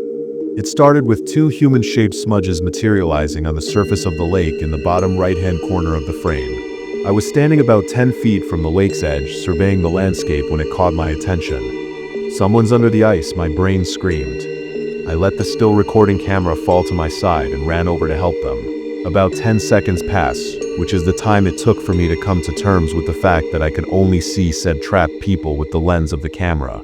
Then I tilted the camera back up to get the phantasms in full view. Even though the water was still, the silhouettes were hazy and wobbling, similar to the way a person's reflection ripples in a river the second after throwing a stone in. There was a woman slung over a man's shoulder. She struggled against him, but the efforts appeared weak. He transported her across the ice, through some unseen space. Once they're in position, he pulled her vertical and slipped her neck into a noose. You can't see the noose itself, but its presence is implied by the way she clawed helplessly at her throat and the slight pendulous swinging of her body once she became limp. Then, the silhouettes dissolved. They silently swelled, expanding and diluting over the water like a drop of blood in the ocean until they were gone completely. When it was over, James looked different. Over the runtime, his fear had dissipated, similar to the blurry figures that had been painted on the surface of Lucid's tier in the video. Instead, he was grinning, and his eyes were red and glassy like he might cry. "Oh my God, Kaya, that's amazing," he whispered, his voice raw, his tone crackling with emotion. That should be enough backstory to explain what happened yesterday. It was about a week and a half after I first recorded the macabre scene taking place at Lucid's tier every morning. There hadn't been any significant developments in my amateur investigation, other than determining that the phenomena seemed to only occur at 9 o'clock, which involved me missing the reenactment for a few days until I referenced the timestamp on the original recording. Other than that, though, I found myself no closer to unearthing any secrets. I was in the kitchen getting ready to head over to the lake. James had already left, but he'd forgotten his laptop on the table, same as he had the past Thursday and Friday. He said he needed it for work, but had somehow left the damn thing behind 3 days in a row. When I checked the camcorder to ensure it was operational, I found the side screen's battery was blinking red and empty, which was baffling because it had been charging in the living room for the hour prior. Originally, I was astounded by the stroke of bad luck, but now I know it wasn't actually bad luck, and I couldn't be more grateful. That camcorder's newly compromised battery was the closest thing to divine intervention I think you'll ever experience in my lifetime. I rushed over to the sink, plugging the camcorder into an outlet aside the toaster oven, hoping I could siphon enough charge to power the device before I missed my opportunity to record the phantoms. Minutes passed as I stared at the battery icon, but it didn't blink past red. At 8:57, I pocketed the device and started pacing out the door towards the lake, but the machine went black about 30 seconds later. A massive frustrated gasp spilled from my lips, and I felt myself giving up. They'll try again tomorrow, I guess. Nothing's been changing from day to day anyway. No big loss. I trudged back over to the outlet near the sink, moving the charger to the lower of the two outlets and plugging the camcorder back in. I held it in my hands as it powered on again. When the side screen lit up, I immediately saw something that caught my eye. There was a subtle flash of movement in the periphery, where a few pots and pans were being left to soak, half submerged in sudsy water. My heart began to race, ricocheting violently against the inside of my chest. Cold sweat dripped down my temples. My mind flew into overdrive, attempting to digest the implications of what I was witnessing. I ripped the camcorder from the wall and sprinted to the upstairs bathroom, not sure if I even wanted to reproduce what I just saw. Insanity seemed preferable to the alternative. But as the bathtub filled with water, there they were again. She had just finished struggling. He was watching her swing. Before the camcorder powered off, I pulled it away from the bathtub and saw the same thing in the mirror too. You could witness the phantoms in any reflection apparently, which meant James was right. There wasn't anything special about Lucid's tear. The common denominator was the camera. His camera. Honestly, as much as the notion makes my skin crawl, I think he wanted me to find out. Why else would he leave his laptop out so conspicuously? I know computers better than I know people. He must have been aware I could find them hidden in his hard drive once I knew to look, no matter how encrypted. James looked so young in the recordings. God, and the women looked so sick, gaunt, colorless, almost skeletal. Every video was the same. At first there would just be a noose, alone in what appears to be an unfinished basement. The room had rough concrete walls, as well as a single window positioned where the ceiling met the wall in the background. Without fail, natural light would be spilling through the glass. Whatever this ritual was, it was important to James that it started at 9 a.m. sharp. Then he'd lumber into the frame, a woman slung over shoulder, on his way to deliver them to the ominous knot. I don't feel compelled to reiterate the rest, other than what he was doing. He wasn't watching them like I thought. No, James was loudly weeping through closed eyes while they died, kissing a framed photo and pleading for forgiveness, mumbling the same thing over and over again until the victim mercifully stilled. Lilith. I'm sorry, Lilith. It's hard to see the woman in the photo, but from what I could tell, they kind of looked like James. A mother, sister, or daughter maybe. What's worse, the woman in the picture bore a resemblance to his victims as well as me. 16 snuff films, all nearly identical. Assumably, each one was filmed on that camcorder too. But the only proof I have to substantiate that claim is the recordings I captured at Lucid's tier. Only watched half of one before I sprinted out of the cabin, speeding away in my sedan without a second thought, laptop and camcorder in tow. I don't have any definitive answers, obviously, but it seems to me that James unintentionally imprinted his axe onto the camera itself, like some kind of curse. My theory is that, through a combination of perfect repetition and unmitigated horror, he accidentally etched the scene onto the lens. Over time, it became an outline he traced over and reinforced with each additional victim until it became perceptible. And I suppose I was the first to stumble upon it because it sure seemed like he'd never noticed the imprint before. That said, I don't have an explanation as to why it only appeared over reflective surfaces. I mean, there's a certain poetry to that fact, but the world doesn't organize itself for the sake of poetry alone. Not to my understanding, at least. But maybe it's high time I reconsider my understanding of the universe, and where I'd like myself to fit within it. I just got off the phone with the lead detective on the case. James hasn't returned to the cabin yet, but the police are staking it out. The manhunt is intensifying by the minute as well. Have any of you ever even heard of the Gulf Coast hangman? Apparently, coastal Florida was terrorized by a still uncaught serial killer in the late 90s, and their MO earned them that moniker. Woman would go missing, only to reappear strung up in the Everglades months later. They had been starved before they were hung, withered till they were only skin and bone. As of typing this, the killer has been inactive for nearly 2 decades. The last discovered victim attributed to the hangman was found in early 2005. As it turns out, James never accepted a position at a local water refinery. When the police called, management had never heard of anyone that goes by his full name.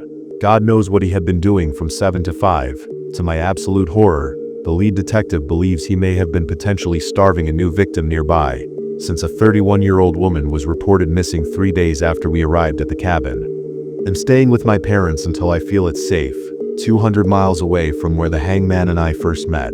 Although the physical distance from him is helping, I find it impossible to escape him in my mind, for the time being at least. Why did he let me live? Was his plan to eventually starve and hang me as well? Does he want to be caught? If there are any big updates, including the answers to those nagging questions, we'll be sure to post them. Kaya.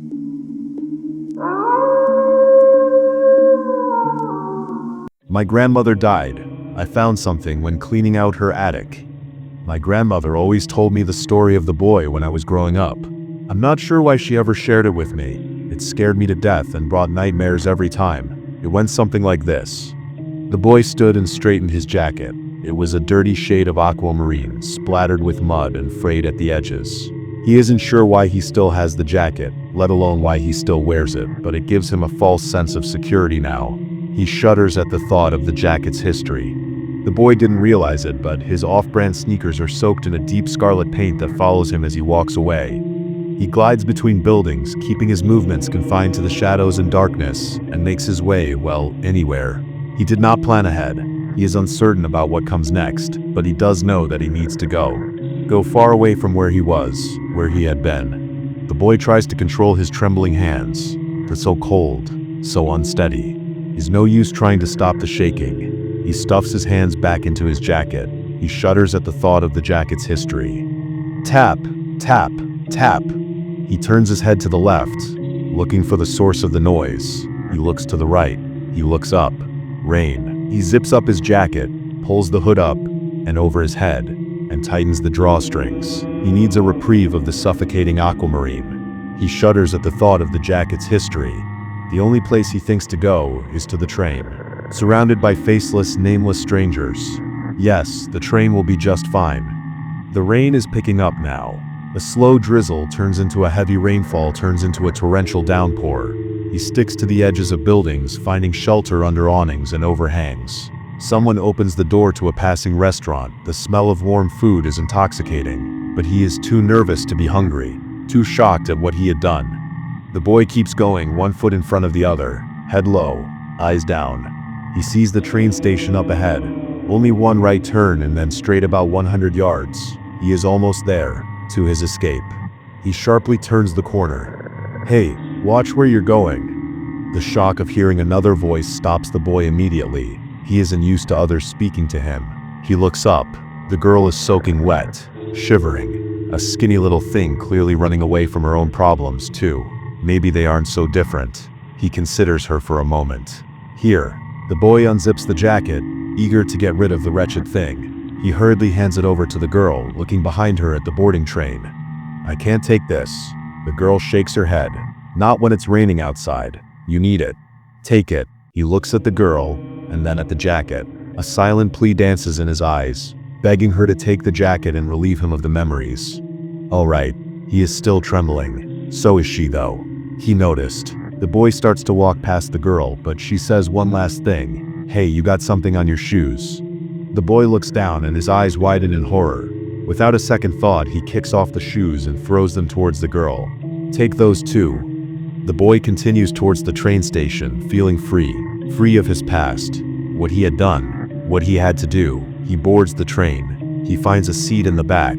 One that nobody else will want. He silently watches 2 raindrops race down the train car window. He thinks of nothing other than the mangled body he left behind. Horrible, right? Well, my grandmother passed away last week. It was sad, but it was her time. I got my answer, though, about why she would tell me that story. As we were going through her belongings and getting her house ready for auction, I was tasked with hauling the things down from the attic. One box after another made its way downstairs until finally I made it to the last item, a locked oak chest. Naturally, I had to know what was in there. I grabbed some wire cutters from my grandmother's garage and sliced through the dainty padlock holding the lid closed. What I saw inside made me fall to my knees. It was tattered and dirty, but still unmistakably aquamarine. It was the jacket.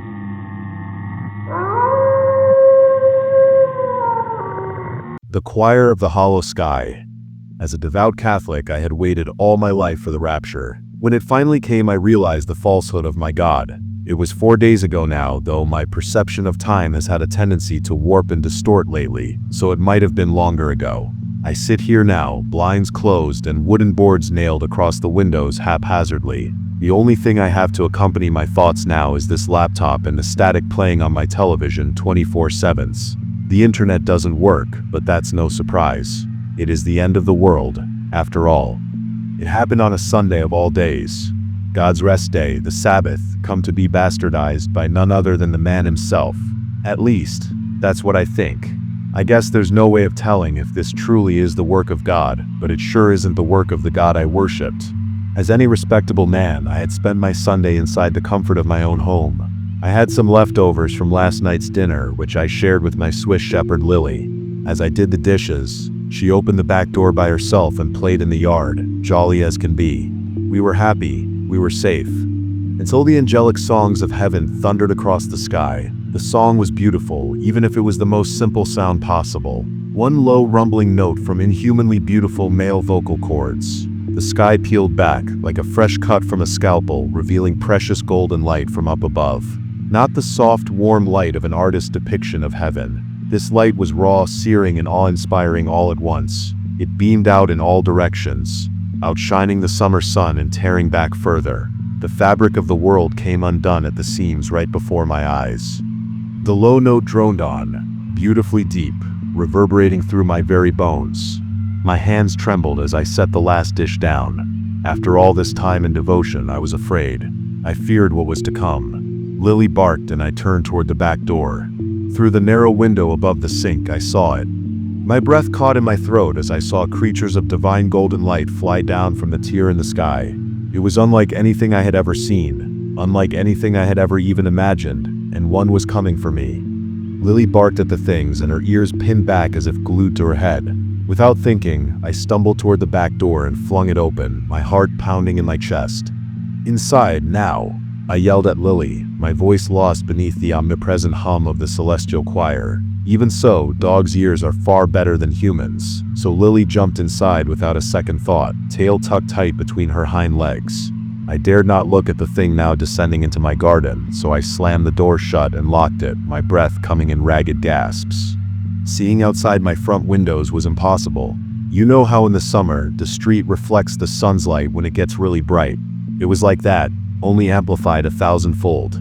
Everything was bathed in God's radiance. To save myself from getting a migraine, I shut the blinds and closed the curtains, Lily whimpering in fright all the while. The house, and everything else for that matter, was vibrating with an intense roar, and I felt it might rise to the sky at any moment. I didn't, but others did. At first it was a feeling. It was like small pieces of my soul were being ripped free. The neighbors, the dog across the street, all of them were leaving, tearing free of this world slowly. They were being plucked from the streets, from their yards. I heard someone on the sidewalk start to pray, praising Jesus and the Lord. I don't know what was more terrifying, her screams of anguish or the silence that followed. Well, silence discounting the choir. I do not know if I am right to fear the coming of God. The devout Catholic in me wants to burst through the front door and embrace the creatures I know in my heart are angels. The other part of me, the human part, can't forget that scream. Maybe she was a sinner and had been sent to hell. Maybe not. I do not know, and that haunts my head day and night. Another thing that makes me think that the human part of me may have been right is the humming. It hasn't let up since the sky split open, but didn't the Bible say the worthy would ascend and the rest would be left? If so, why have people been ascending for the past 4 days? Everyone who goes outside does. I feel it leaving, their presence or their soul, I don't know what it is. Either way, on the first day of the rapture, half of my street had ascended. I had been left behind. I have never been what you would call a crying man. Hell, I didn't even cry at my own mother's funeral. I couldn't. It wasn't that I hadn't wanted to, it was that my body seemingly didn't want to. Maybe that was because of my upbringing. Maybe it's just me. The fact of the matter is that, on that blazing Sunday afternoon, I cried. Cried isn't the right word.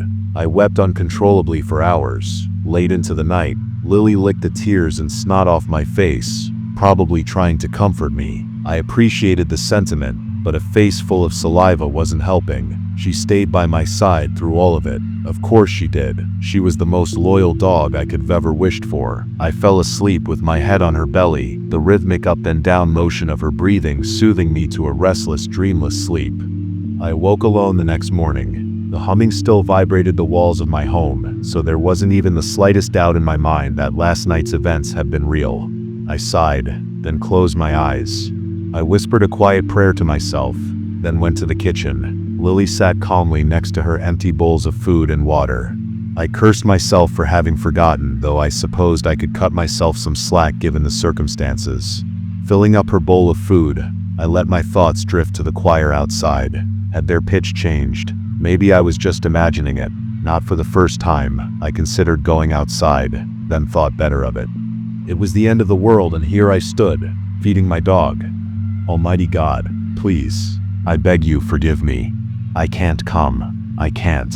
I whimpered, tears trickling down my cheeks and into Lily's now full bowl of water. She paused, then looked up at me, bits of her food still clinging to the fur around her snout. She nuzzled up to me, whining. The poor girl's tail was still tucked between her legs, and it hurt me more than anything physical ever could. That, more than anything, told me this wasn't my God. I trusted Lily, and Lily told me this wasn't right. I pet her, then told her to eat her food, and she obliged. Someone knocked on my door. 3 knocks. The faint sound of Lily eating stopped abruptly, so did the beating of my heart for a second, as my breath caught in my throat. The deep drone outside carried on. My heart rate jumped so high, it might as well have fallen into the hole in the sky. Damien, a voice inside my head called. I thought for a second that I had gone absolutely crazy, off my rocker, as my mother would have said, or batshit insane as my eloquent father would have put it. Then I remembered the droning outside, the people I had felt leave this world. The end is here. Come now. Your creator awaits. The soft feminine voice spoke. The words flowed through the crevices of my brain like wet cement, which solidified, and for as long as I live, those divine words will ring through ears that never heard them. I stammered out, unable to think coherently, unable to even comprehend what was happening. Hush, child. It is all right. Heaven calls for you and your companion. I couldn't think, couldn't speak, couldn't move. Might as well have been a goddamn plant. Lily cowered between my legs, ears nailed to her skull. Her unfinished bowl of food beckoned, but she didn't even glance at it. She was looking at the door, or rather, looking at the angel behind it. Time is of the essence, Damien. Open the door, she urged. Her voice was as calm and soothing as that of that AI girl in Blade Runner 2049. I had waited all my life for this moment. Why had I ever hesitated? I stepped closer to the door. Yes, Damien, let us in. Let us into your heart. My pupils were dilated. I could feel them widening with every word. My fingers grazed the doorknob, and just as they did, Lily barked. The sound reverberated off the walls, disturbing the perfect harmony of the angel's voice and the tone outside. I have never heard such a beautiful sound in my life as that bark. My girl, my sweetest girl. Let us in, Damien. Her voice grew darker, and the low note outside seemed to grow lower along with it. I looked back at my Lily, who was hiding underneath the kitchen table with fearful eyes, then I stepped away from the door. What was that screaming yesterday? I asked. Silence. Complete and utter silence. It said more than any words ever could. I knew it for sure then. The people on my street had not entered heaven. They had not ascended to eternal paradise. Where they had gone, I had no idea, but it sure wasn't heaven. The rest of that day, at least, I think it was a day carried on without further incident. The angel didn't infiltrate my mind again, and there were no more knocks on my constantly vibrating door. I cried myself to sleep that night, as I have every night since the rapture began. What else is there to do? I slept no better that night than the first. Telling night from day was impossible, as neither my clock nor my watch worked. The outside was of no help either, as the divine golden light was constant and penetrated my blinds and curtains in a way that bathed my whole house in a warm piss-yellow color. Delightful. I woke up to that light. No worse sight could have woken me. Everything was still real. A beautiful, low hum still vibrated through my ears, though slightly dimmer. At first, that gave me hope. But when I realized I couldn't hear Lily's tip-taps on the wooden floor, I realized it was actually my hearing fading. It was, however, not too far gone to hear those awfully familiar knocks on my door. 3. Lily bolted between my legs, then sprinted towards the back of the house. Whimpering, she sat at the sliding glass door with fearful eyes. Damien.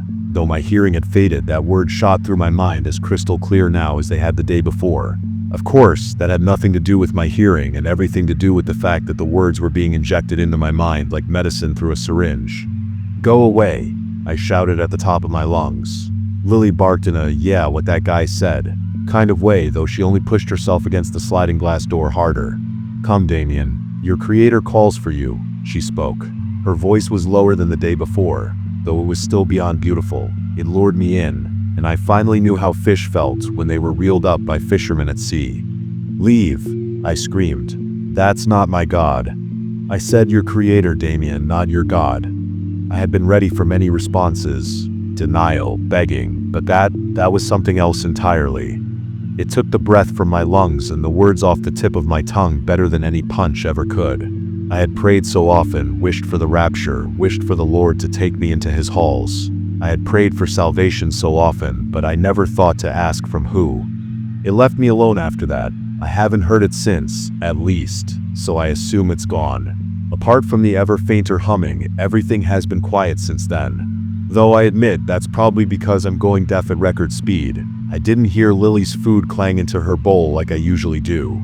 I get scared when I see her because I don't hear her coming. Dogs hear a lot better than we do, so this had to be even worse for her. Poor girl. If you'd asked me before all of this whether I'd rather be blind or deaf, I'd have answered deaf. Now I know better. If Heaven's choir hadn't ruined my hearing, I'd have heard the sliding glass door open this morning. I was awake. It would be easy to tell you I'd slept through it, or that I'd been upstairs when it happened, but no. If I'm going to die, I might as well do it as an honest man. Maybe that's because some part of me, the stupidest part, still believes my God is out there and that hell forgive me. I hope he does, because I cannot forgive myself. On what I think was Thursday morning, Lily opened the sliding glass door, just like I taught her to do when she needed to relieve herself, and ran out into the golden arms of light that took her to heaven. I have to tell myself that. They took her to heaven, even if I know the angel didn't. I closed the door as soon as I saw it. It attempted to grab me, but it couldn't. The sliding glass door that never should have been opened slammed shut right as it reached me. And looking at it now, I know it's looking at me too, waiting. It knows it'll get what it wants, and it's not hiding its intentions behind wafts of sunshine, rainbows, and bullshit anymore. I still pray, fool that I am, to the God I held in such high regard, but he doesn't answer. My Creator does. He calls for me to satiate his hunger, to be absorbed into his greatness once more. What is there left to do but to join him? And my dearest Lily, I'm sorry, girl. To whoever stumbles upon this, please pray for me. I don't deserve it, those asking rarely do, but I didn't mean for Lily to die. I swear it, so please pray for me, and may my God accept my worthless soul.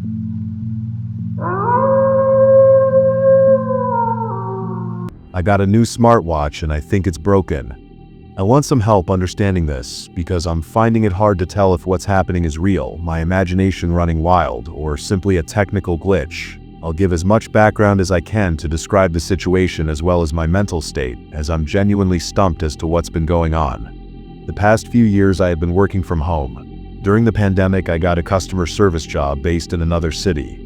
The company hired people from all over when their office was forced to close, and when everything opened up again, they chose to go fully remote.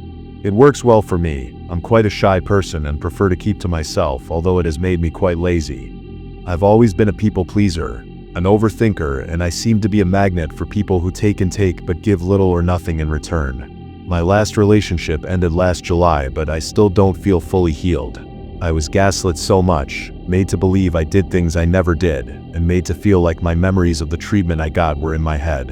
In spite of all this, I tried to have good terms with my ex after breaking up, but she told me she was not in a position to have any kind of friendship with me. She even told me she was having sleep paralysis regularly, with me appearing as the demon. Much of what she said and did hurt me a lot. Therapy helped me overcome some things, but I stopped going the first time I made real progress. I told myself I could handle things from here, but the thoughts and my own bad dreams came back stronger than ever. I'll go back soon, but for now it feels kind of daunting. I moved to a new house in December.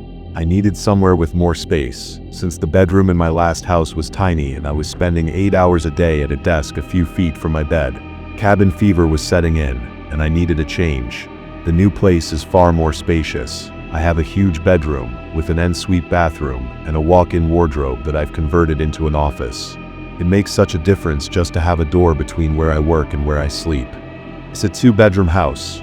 My space is the entire ground floor. Upstairs is the living room and kitchen, and my housemate is on the 2nd floor. He was really friendly and welcoming when I moved here first, but has become a bit strange recently. I think he's paranoid, but I guess we all have been going through difficult times, so I don't judge too harshly and keep to myself mostly. For the first few months I lived here, I felt so drained all the time. For the first week or so, I put it down to just getting settled into a new place. I wasn't sleeping much, and every noise I heard was new to me. Over time I got used to the place, and started to get more sleep, but my energy levels remained low. I would wake up 5 minutes before starting work and clock in, just on time, shower and eat on my lunch break, get through the day, and once I clocked out, I always just lay on my bed doom scrolling before passing out after about an hour. Despite getting 12 hours sleep per night, I was still waking up tired and I could not understand it. One morning I woke up feeling especially exhausted. I checked the time. 9:10. I was late for work and had a meeting with my manager 5 minutes later. I jumped out of bed, pulled on a shirt, clocked in and joined the meeting just in time. My boss was updating me about a new initiative HR were announcing. During the meeting, he stopped mid-sentence, looked closely at me and asked if I was okay. I explained I was really tired lately and not feeling 100%, but that I would perk up as the day went on. He continued to explain the new initiative. HR set up a well-being committee and we're running a steps challenge. 10,000 steps per day for the month of April, and once you entered, you were sent a new smartwatch as a gift and to encourage you to be more active. I'd seen these kinds of challenges before and hated the idea, but at that moment I felt like this was a sign and a way out of the rut I was in. I told my manager to sign me up. It was starting in 2 days and the watch should arrive within a week. Right before we finished, he told me to take a 15-minute break to clean myself up before starting. To be fair to the guy, he does look out for us. I went to the bathroom and had a look in the mirror. There was a long brownish-red streak smeared across my cheek. Blood? I think so.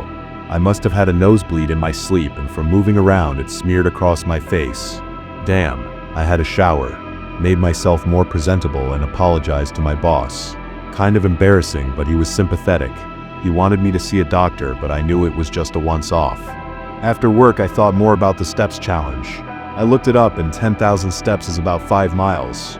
It felt like a lot, but I told myself that even if I do 1 mile each day, at least it's better than nothing, right? I decided that evening I would start getting some preparation in. I'd go for a walk instead of going straight to bed. I set up a step counting app on my phone and headed out.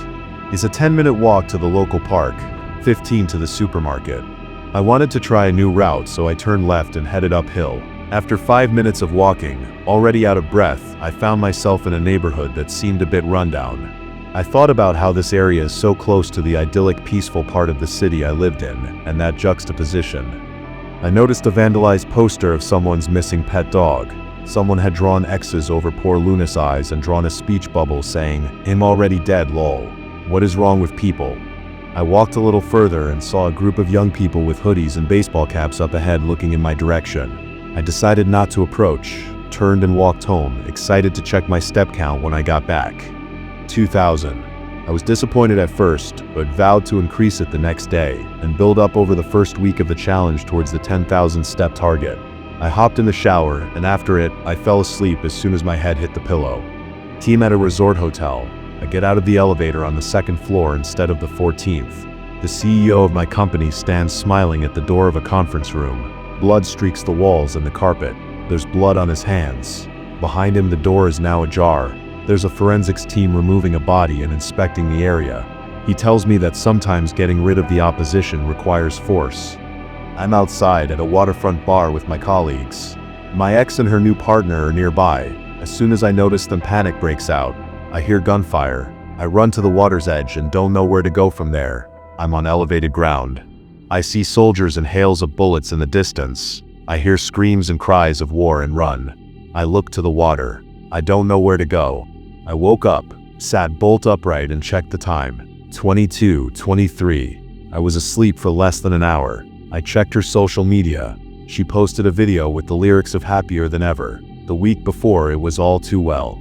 I was going to go upstairs for a glass of water, but I heard the door opening. My housemate returning from a date, and I heard his and her voice laughing. A successful night for him. He told her this is where the vampire sleeps, and I heard a light tap on my door.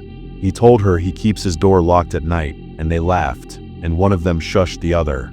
I thought about downloading dating apps again. As I lay back down, time to move on. The first 2 days of April, I took 1,500 and 3,000 steps. I got back on dating apps and planned to get a drink with a girl on Friday.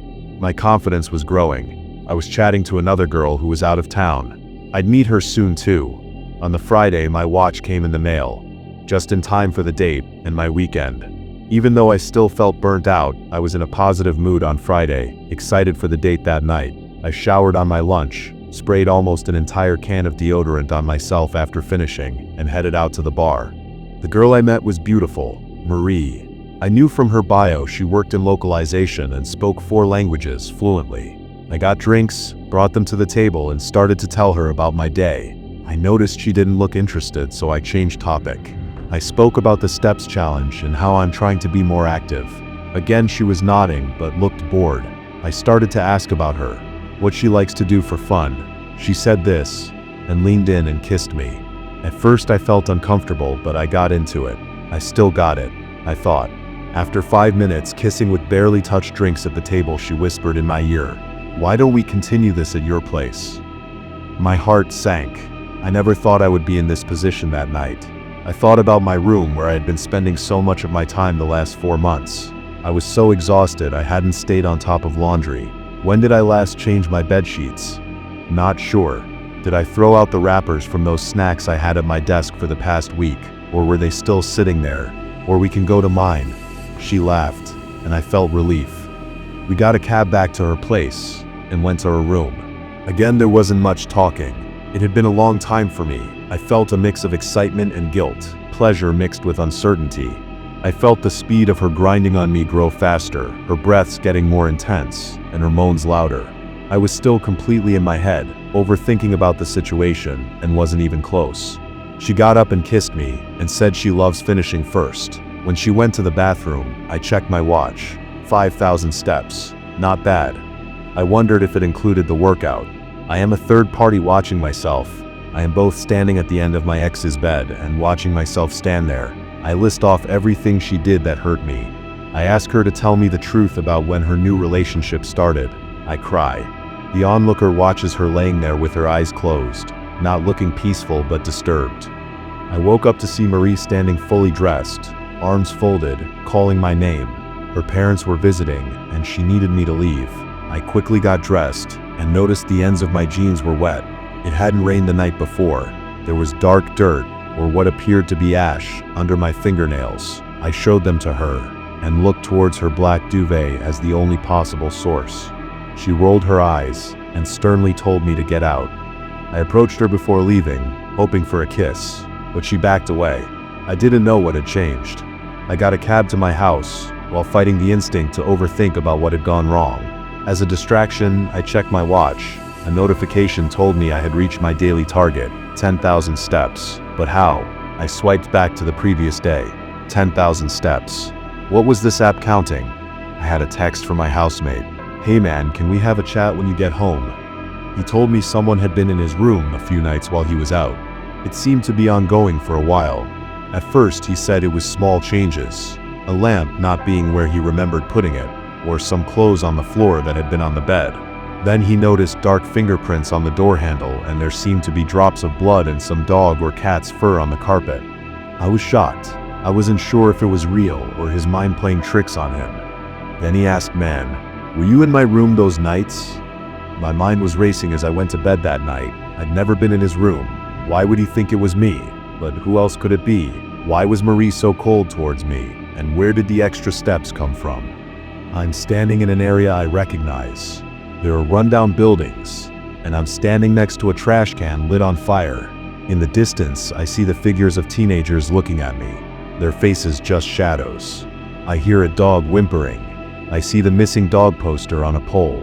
There's an added section saying "Wanted" with my picture. There's blood on my hands. I hear my own voice repeating, "I'm already dead. I'm already dead." I woke up with a sore throat, my breath shallow. I didn't have the energy to even get out of bed. I checked my watch.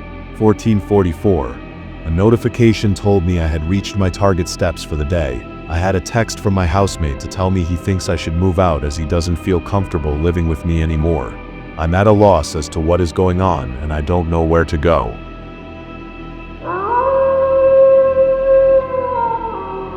I used to be able to lucid dream, but I got locked out. I used to have dreams. Nice dreams. Now I can even have nightmares. I'm granted no solace from the nothingness behind my eyelids. To get right into it, it happened when I was young, when I could control my once-had nightly gift. I would do silly things a child would think of, like flying or interacting with cartoon characters, stuff like that. Then one day I pushed it. I guess something decided I wasn't allowed anymore, and a door appeared. I'll take it from there. With that door. The dream I'd been having is lost in a whirlwind of forgetfulness now, and the setting doesn't matter much anyway, but I do remember that door clear as day. It was a fire exit door, pressed haphazardly into a wall it probably had no business being against. I didn't put it there. I was curious. My hands were on the handle before processing could even occur. It gave easily under my push and swung open to a fire escape railing. Red metal stairs you'd see on the sides of apartments that led downwards. The escape wasn't attached to a brick wall though. It wasn't attached to anything. On all sides and down at the bottom was pitch black, an absence in my mind. I remember what the darkness sounded like. Humming tapped pleasantly against my eardrums, drowning out anything that could have been happening behind me. It was certainly out of place, but I was too hubris or curious to think about it that much. I put too much trust in the benevolence of my brain. When I focused on the metal, I found myself several steps down. The overlapping shadows below stayed their distance, and behind me they overtook the way I had descended. My steps made the stairs sing like a time-telling bell. I took exactly 12 steps down in the rhythm I'd heard many times from the City Hall bell tower. I had found it funny at the time. Time never makes sense in dreams. That's a pretty common idea. Your dreams are like your own little pocket dimensions where anything goes more or less. All that to say, I don't know how long I was walking down those stairs. Whenever I thought it would end, it just kept going further, when in most dreams I would just appear at the bottom of the stairs. The humming void was growing steadily louder, and I was becoming increasingly unnerved. I wanted to wake up. Typically that was enough to break me away from nightmares, but my body just kept going, down and down and down. I turned around and felt something drop within me. There was a hallway there now. A long, pale blue-walled hallway that led out into bright infinity. I faced forward again, and found a continuation of the hallway. Fluorescent light just existed above me. Sterile air burned my lungs, and my skin felt wrong. "Hello?" I called out. My voice sounded off, like my ears had some kind of filter that made the noise staticky. I had spoken loudly, but no echo gave me company. Nothing answered me. At the time I wished something had. I tried waking up again, but there was something blocking me, so I just started walking again. There was nothing else to do after all.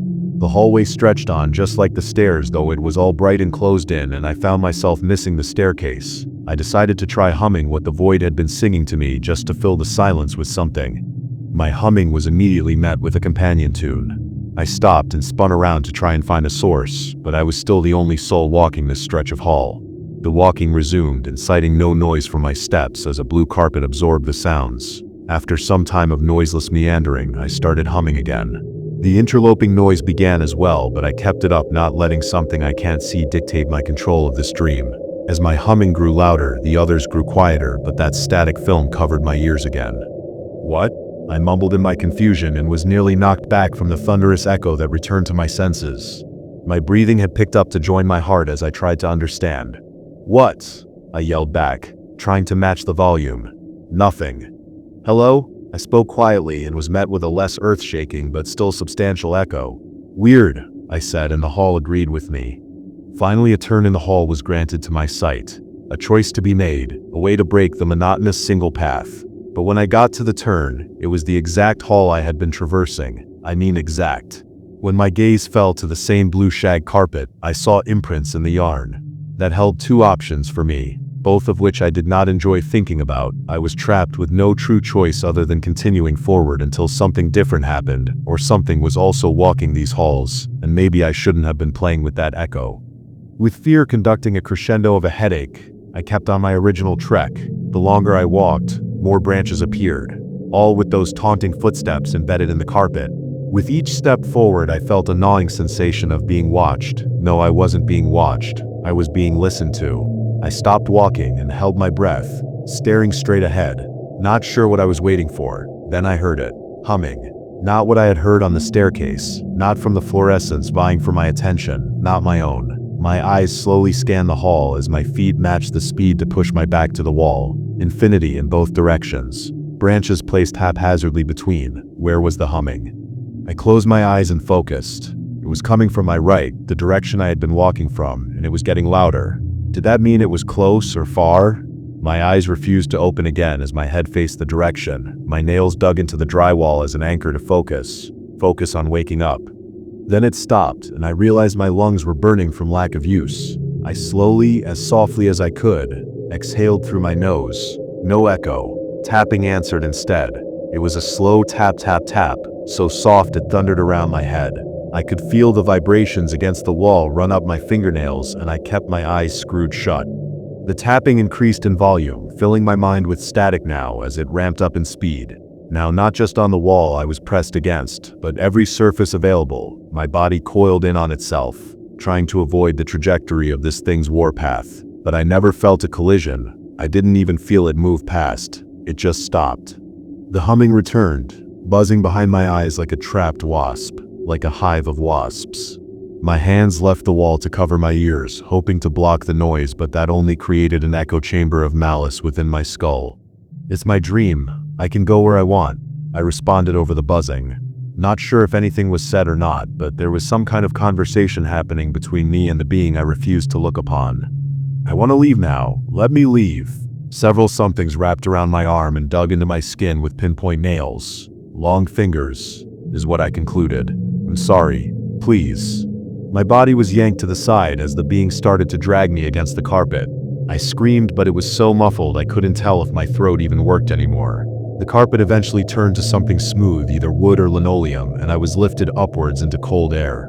I twisted my head to the side and cracked open a single eye to avoid seeing the entity, with the goal of distinguishing where I was being held. My feet dangled over a pitch-free fall. "I promise I won't come back ever." In pure instinct, I looked to the entity with a pleading expression that immediately contorted to horror. I still cannot fully describe the face I was met with. The face apparently my own mind made up in a state of delusional unrest. The only thing I can say for sure is this: every orifice was a vortex. In the moment I witnessed its visage, it distorted and released me into freefall back to the waking world with a thud against my bed. And ever since that terrifying dream, my lucidity has completely left me, but with something taken, something was given. Everywhere I've been, and still go, that face haunts the edge of my vision every waking second. My only respite is the nothingness behind my eyelids.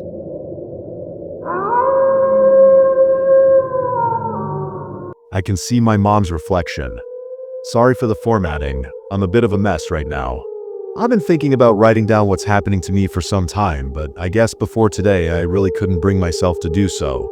Partly because I'm afraid. Somehow I feel like the act of doing that might make it all real, and I don't want that. Please, don't.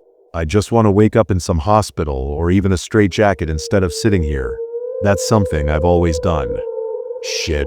I can feel myself hesitating again, avoiding the problem, even as a child. Back when I was a child, it was my mother who always helped me out. I don't know why or how to stop myself from doing it, but I've always been one for procrastinating and running away from my problems. It has cost me money, opportunities, and even relationships, but right now something more is at stake, I fear. She stayed up with me when I realized that I had put off doing some project until the last evening, aiding me, encouraging me, and simply being there to support me in whichever way she could. Even though she had to get up early the next day, she would sit by my side while I worked on my projects until 2 or even 3 a.m. in the morning. I loved her and she loved me too. You see, my dad was out of the picture pretty much the moment I was born. He went out to buy cigarettes and never returned. Well, Mom wasn't surprised. She told me once when I was older that she had expected him to run even earlier and that she wasn't even mad at him, since his disappearance meant that I wouldn't grow up with a bad example. Everything he could have done for me, Mom did far better than he could have. I didn't care much either. She told me how to ride a bike, how to talk to people and make friends. She even managed to teach me how to dance for prom. There was nothing she couldn't do, I thought back then. Even now, I'm still remembering her, all this warmth and her laughter, and even though it breaks my heart, I'm doing my best to smile through the tears. She pushed me when I needed it, helped me when I didn't feel like I could go on, and caught me when I failed. My mom was my hero, still is kinda. We celebrated my getting through school and into college, then my BA, my first real job, and even the small apartment I can now call mine.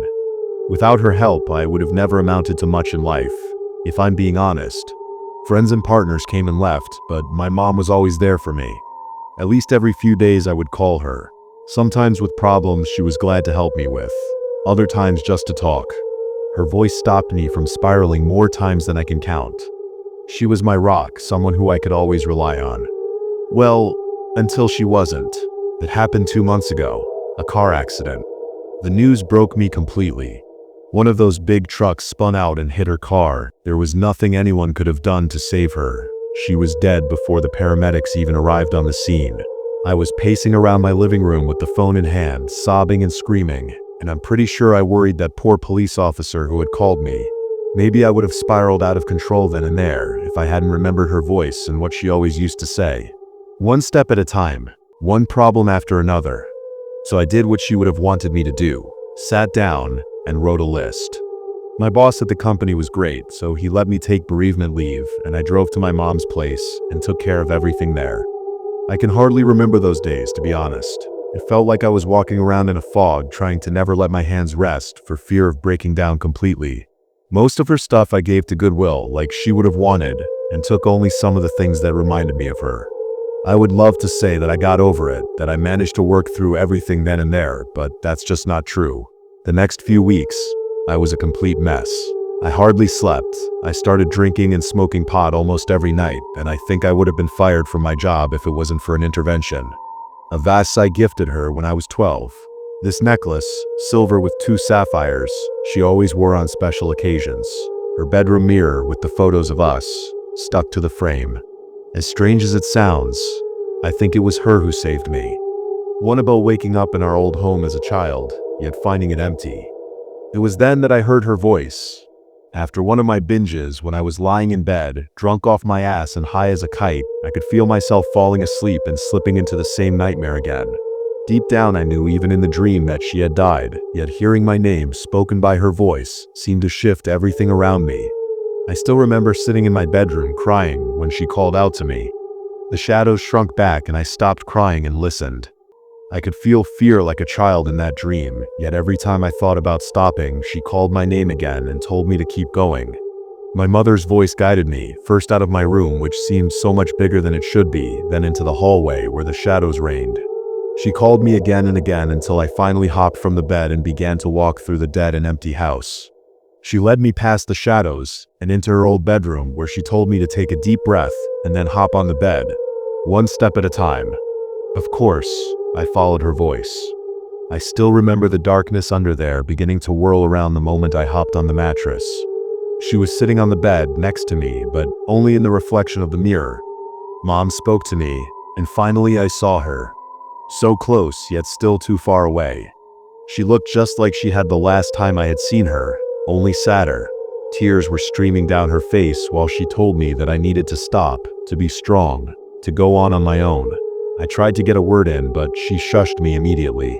She told me that she shouldn't have come back, but that she could feel me suffering, which was something she never could stand. I was crying too much to even try and reply.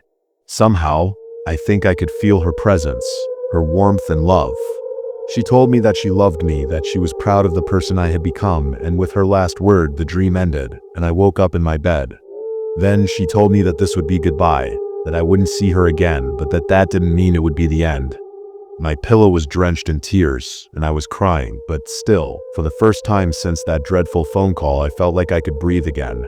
The next few days, I was still kind of a mess, but I slowly managed to get myself together. I showered, stopped drinking, and started to wake up on time again.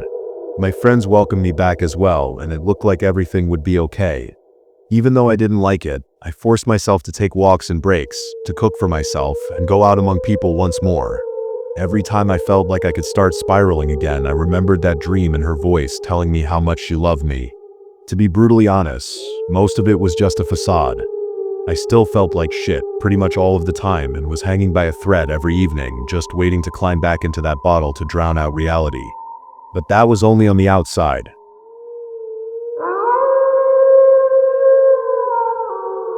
Five of us, 2 cars, 1 road lost in the belly of the woods. This is the 4th time I have had this dream in my life. In the last 5 years I have had this dream again and again, and nothing changes in the dream. The faces are same, the incidents are same, the sound is same, and I always wake up at the same moment every damn time. When I woke up this morning, I made sure to write this so that I don't forget it this time. I don't know what this means and whether it's even possible to dream the same thing in such a long time span. If there is anything here that does not make sense or does not have a logical explanation, then just remember that this is a dream. There are things I couldn't remember. The names I used in this are obviously made up. I just tried to make sure you guys can experience a piece of the same dread that I felt in this dream. So I made sure to not add any extra details or any kind of stuff that did not happen in the dream. I keep having the same dream again and again. It was late, not quite midnight, but the forest already had that unsettling stillness, like it was holding its breath. The drive-in had been uneventful, all trees and shadows. No signs, no sound, but tires crunching gravel and the occasional hoot of something winged overhead. When we reached the clearing, the engines clicked and hissed into silence, and we stepped out. There it was, the staircase. A few flickering yellow streetlights lit the way, scattered along the path like someone had tried to modernize it decades ago and given up halfway. Most of them were dead, but the ones still alive hummed softly, casting broken halos of light that barely touched the cracked stairs. Tucked in the middle of nowhere, old, half-broken, overgrown with weeds and moss, it curved up into the darkness, like it led to another world entirely. Bits of worn concrete peeked out beneath the dirt, and vines tangled around the rusted metal railings like nature was trying to pull it back underground. Locals called it the Wailing Path. Said cries echoed from that forest late into the night. Said people had gone up there and come back. Different, if they came back at all. We laughed about it on the way in. "All right," Kabir said. Shouldering a flashlight, 3 of us go in. "You 2 hold the fort." That laughter didn't last long. I didn't argue. "Why are we even doing this?" I muttered, watching the other 3 disappear into the tree line. He meant me and Zane. Zane leaned back against the car, hands behind his head, totally relaxed. "Bro, this is how legends get made. We bust the myth, we become the story." He just grinned, but I caught the way his eyes kept darting to the shadows. The wind picked up, and there it was, the sound. That's exactly what people say before they die in horror movies. A long, low wail, drifting through the air like smoke. It wasn't constant, it rose and fell like breathing. Not human, but not quite wind either. Something in between. Zane hesitated. It's wind, has to be, through trees or like hollow rocks or something. "Tell me that doesn't sound like a scream," I whispered. We stood there for a long time. The sky stretched darker overhead, the kind of darkness that didn't feel empty. It felt full, like the trees were watching. Then the flashlight beams appeared again, bobbing down the steps, voices rising. Minutes bled into nearly an hour. Kabir, Ishan, and Manu reappeared, out of breath, grinning like idiots. "Dude," Kabir called out. "You won't believe this." They jogged over, shoes muddy, faces flushed. "There's this narrow-ass crack up there," Ishan said, panting between two huge stone walls, like this natural crevice. "Bro, it's literally physics," Kabir said, beaming.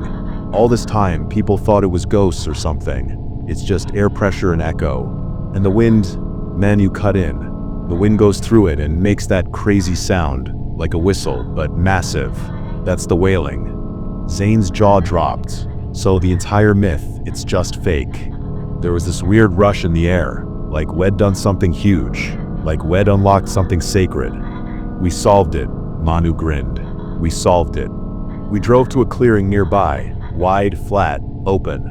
Someone had brought a portable speaker. Someone else had fairy lights and a bunch of random party junk in their trunk. Old sparklers, soda cans, chips, some leftover holy color powder. "Yo," Ishan said, "we need to celebrate." It wasn't planned, but it turned into a party anyway. Laughter spilled through the air like champagne, bubbling and bright. People danced in a blur of color, arms thrown around each other, faces glowing in the haze of fairy lights strung overhead. The bass from the speakers thumped like a second heartbeat, syncing with the rhythm of a night that felt endless. I was in the middle of it all, smiling, swaying, alive. Someone shoved a drink into my hand. I didn't even look at what it was. I laughed, raising it in the air, toasting nothing and everything. My chest felt light, like I could float right off the ground. Then I saw it. Something small, metallic maybe, glinting underfoot just past the edge of the dance floor, half hidden in the grass. It was out of place, still, while everything else spun. I blinked. Curiosity tugged at me, subtle but sharp. I stepped away from the crowd, knelt to pick it up. And that's when I heard it. The music stuttered. A sound, no a wail, ripped across the night. A screeching, twisted roar that echoed from somewhere far off but felt terrifyingly close.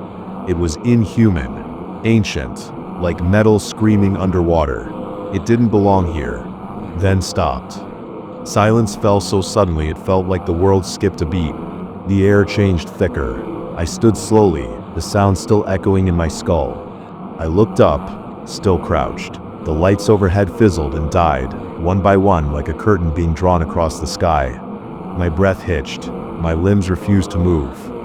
Bodies still standing, but wrong. Their heads were gone. Clean. Instant. A massacre that had happened in the span of a blink. Blood shimmered on necks like twisted garlands, catching the faint glow of dying bulbs. That's when I saw them. Just me, the object in my hand, and a silence that rang louder than the wail had. The warmth of the party evaporated, leaving only cold space and the awful feeling that something had watched and decided I wasn't done yet. I ran. I was the only one left breathing. I stumbled through trees, shoes slipping on wet grass, branches clawing at my arms like fingers trying to pull me back. My heartbeat felt like a hammer inside my skull. I didn't stop until the car came into view, dark and quiet, like a forgotten artifact in the woods. Didn't look back, couldn't. The clearing was behind me, but I knew what I'd see if I turned around. I yanked the door open, dove in, slammed it shut, locked it.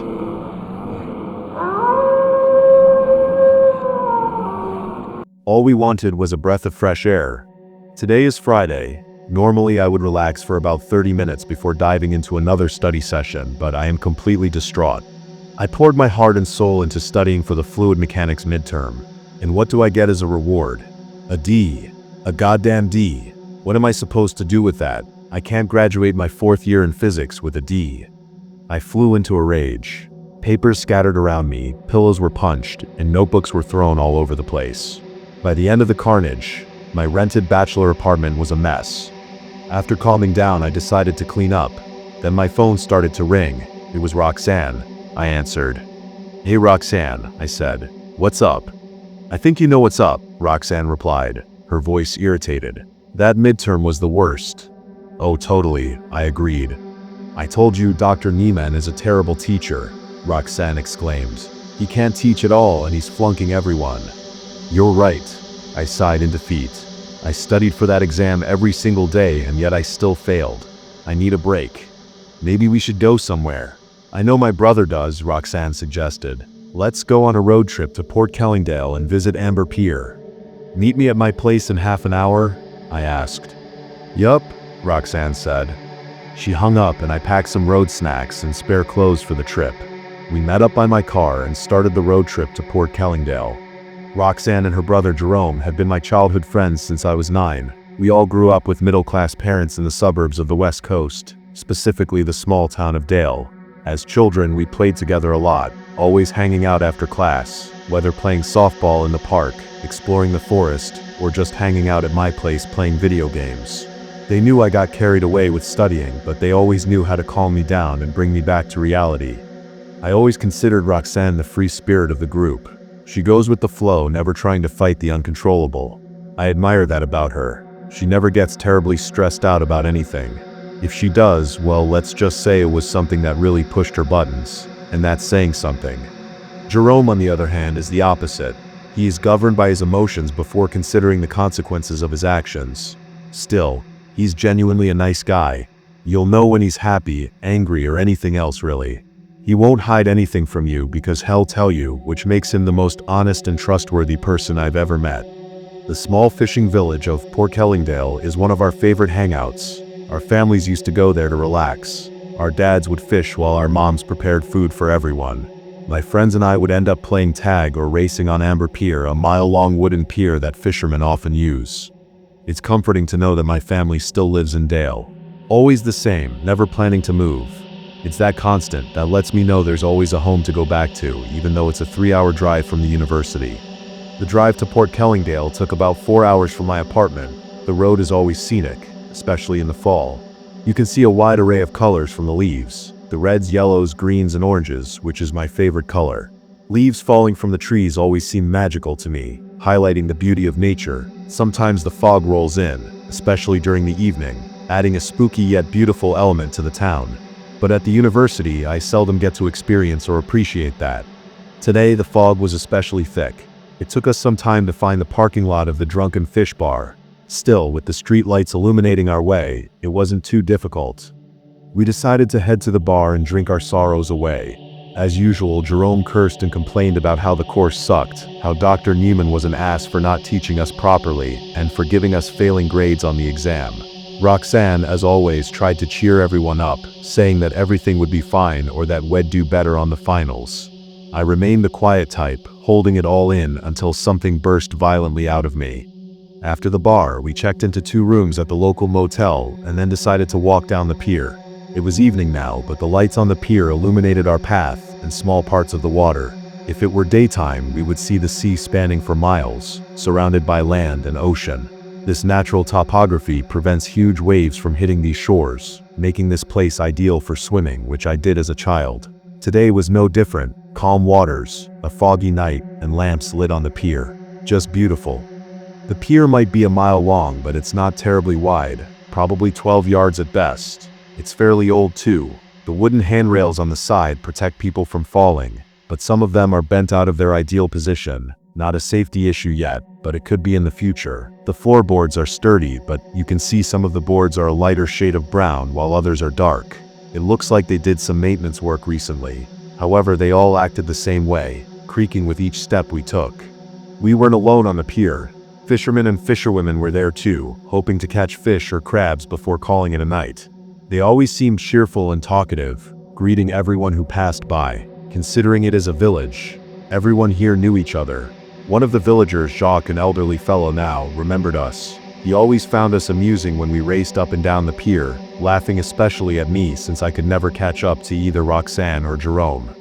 Well, well, well, Jacques said with a smile as he approached us. I haven't seen you kids in forever. How have you been? Not great, Jerome replied. We failed our midterms. Now we're here to catch a break. Jacques laughed and said, Why am I not surprised? Still playing around, eh? Not this time, I replied. We studied our hardest and still failed. That's a shame, Jacques said. Well, maybe you'll fare better in the rest of the course.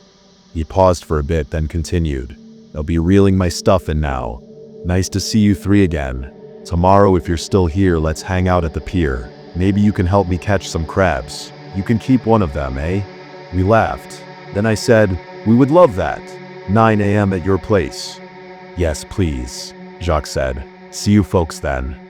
We parted ways. happy to reunite with Jacques, especially since we would be helping him catch crabs. Fun fellow, probably have beers with him tomorrow, and enjoy a good home-cooked meal. We reached the end of the pier and stood there for a good 15 minutes, admiring the peace and quiet.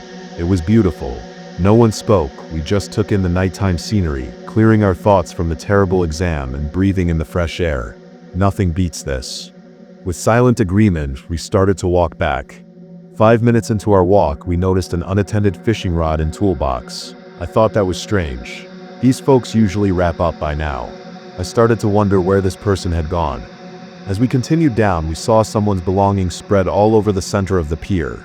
The fishing rod was on the ground, a toolbox seemed to be knocked over with its contents spilled out, and a bucket appeared to be overturned, with fish and water scattered. One of the fish was still flopping, indicating this happened recently. Roxanne rescued the fish by throwing it back into the water. "What happened here?" Roxanne said, alarmed by the scene. "I don't know," Jerome said. "Something's wrong." "Let's get out of here quickly," I added. "Maybe we can figure out what's going on in town." We quickened our pace, but I was worried about our visibility. If something was wrong ahead, we wouldn't know until we were maybe 15 yards away given the foggy conditions. Somehow, the fog got thicker as we continued our pace. The air felt heavier and visibility dropped significantly. I signaled to the group when I saw clothes lying on the ground, shirt, pants, socks, underwear, even a pair of boots all near each other and covered in gray dust. The sight was eerie, as if someone had vanished into thin air, leaving only their garments behind. "The pier is not safe," Jerome exclaimed, his voice tinged with panic. "We need to leave. Maybe we should swim. Yes, swim to safety." I could see the fear in his eyes. The idea of swimming in the dark, foggy water seemed desperate, but his anxiety was palpable. "I'm sure there's a perfectly logical explanation for this," Roxanne said, trying to maintain her composure. "Perhaps we can find someone to explain why they left their clothes here." Her attempt to stay rational was admirable, but the unease in her voice betrayed her. The fog seemed to close in around us, muffling sounds and distorting our surroundings. Before I could say anything, we saw Jacques running towards us. He seemed to be yelling something at us, but we couldn't hear a thing. I was startled when I couldn't hear his footsteps. He was wearing his mud boots, so for sure we would have heard him long before seeing him. Then I noticed something strange. Unnatural even. The fog around him was specifically pink or maybe a shade of light red, while my friends and I were in a white foggy area. I was about to mention it until Jerome called out to him. "Is everything okay?" Jerome shouted at Jacques. We heard nothing from him, but he continued to run towards us. Jerome looked at us, and both Roxanne and I shrugged in response. Jerome was about to yell once more when Jacques suddenly floated 6 feet off the ground. We all gasped, with Roxanne louder than the rest of us. Within seconds, dark crimson air began to seep from Jacques' nose, mouth, ears, and even his eyes. It was a horrible sight, like something was sucking the life out of him. The fog surrounding him changed color to a more prominent, darker red, pulsating with an eerie glow. Jacques' body began to thin, his flesh shrinking and contorting, as if being drained of all vitality. His limbs elongated grotesquely, and his face twisted in silent agony.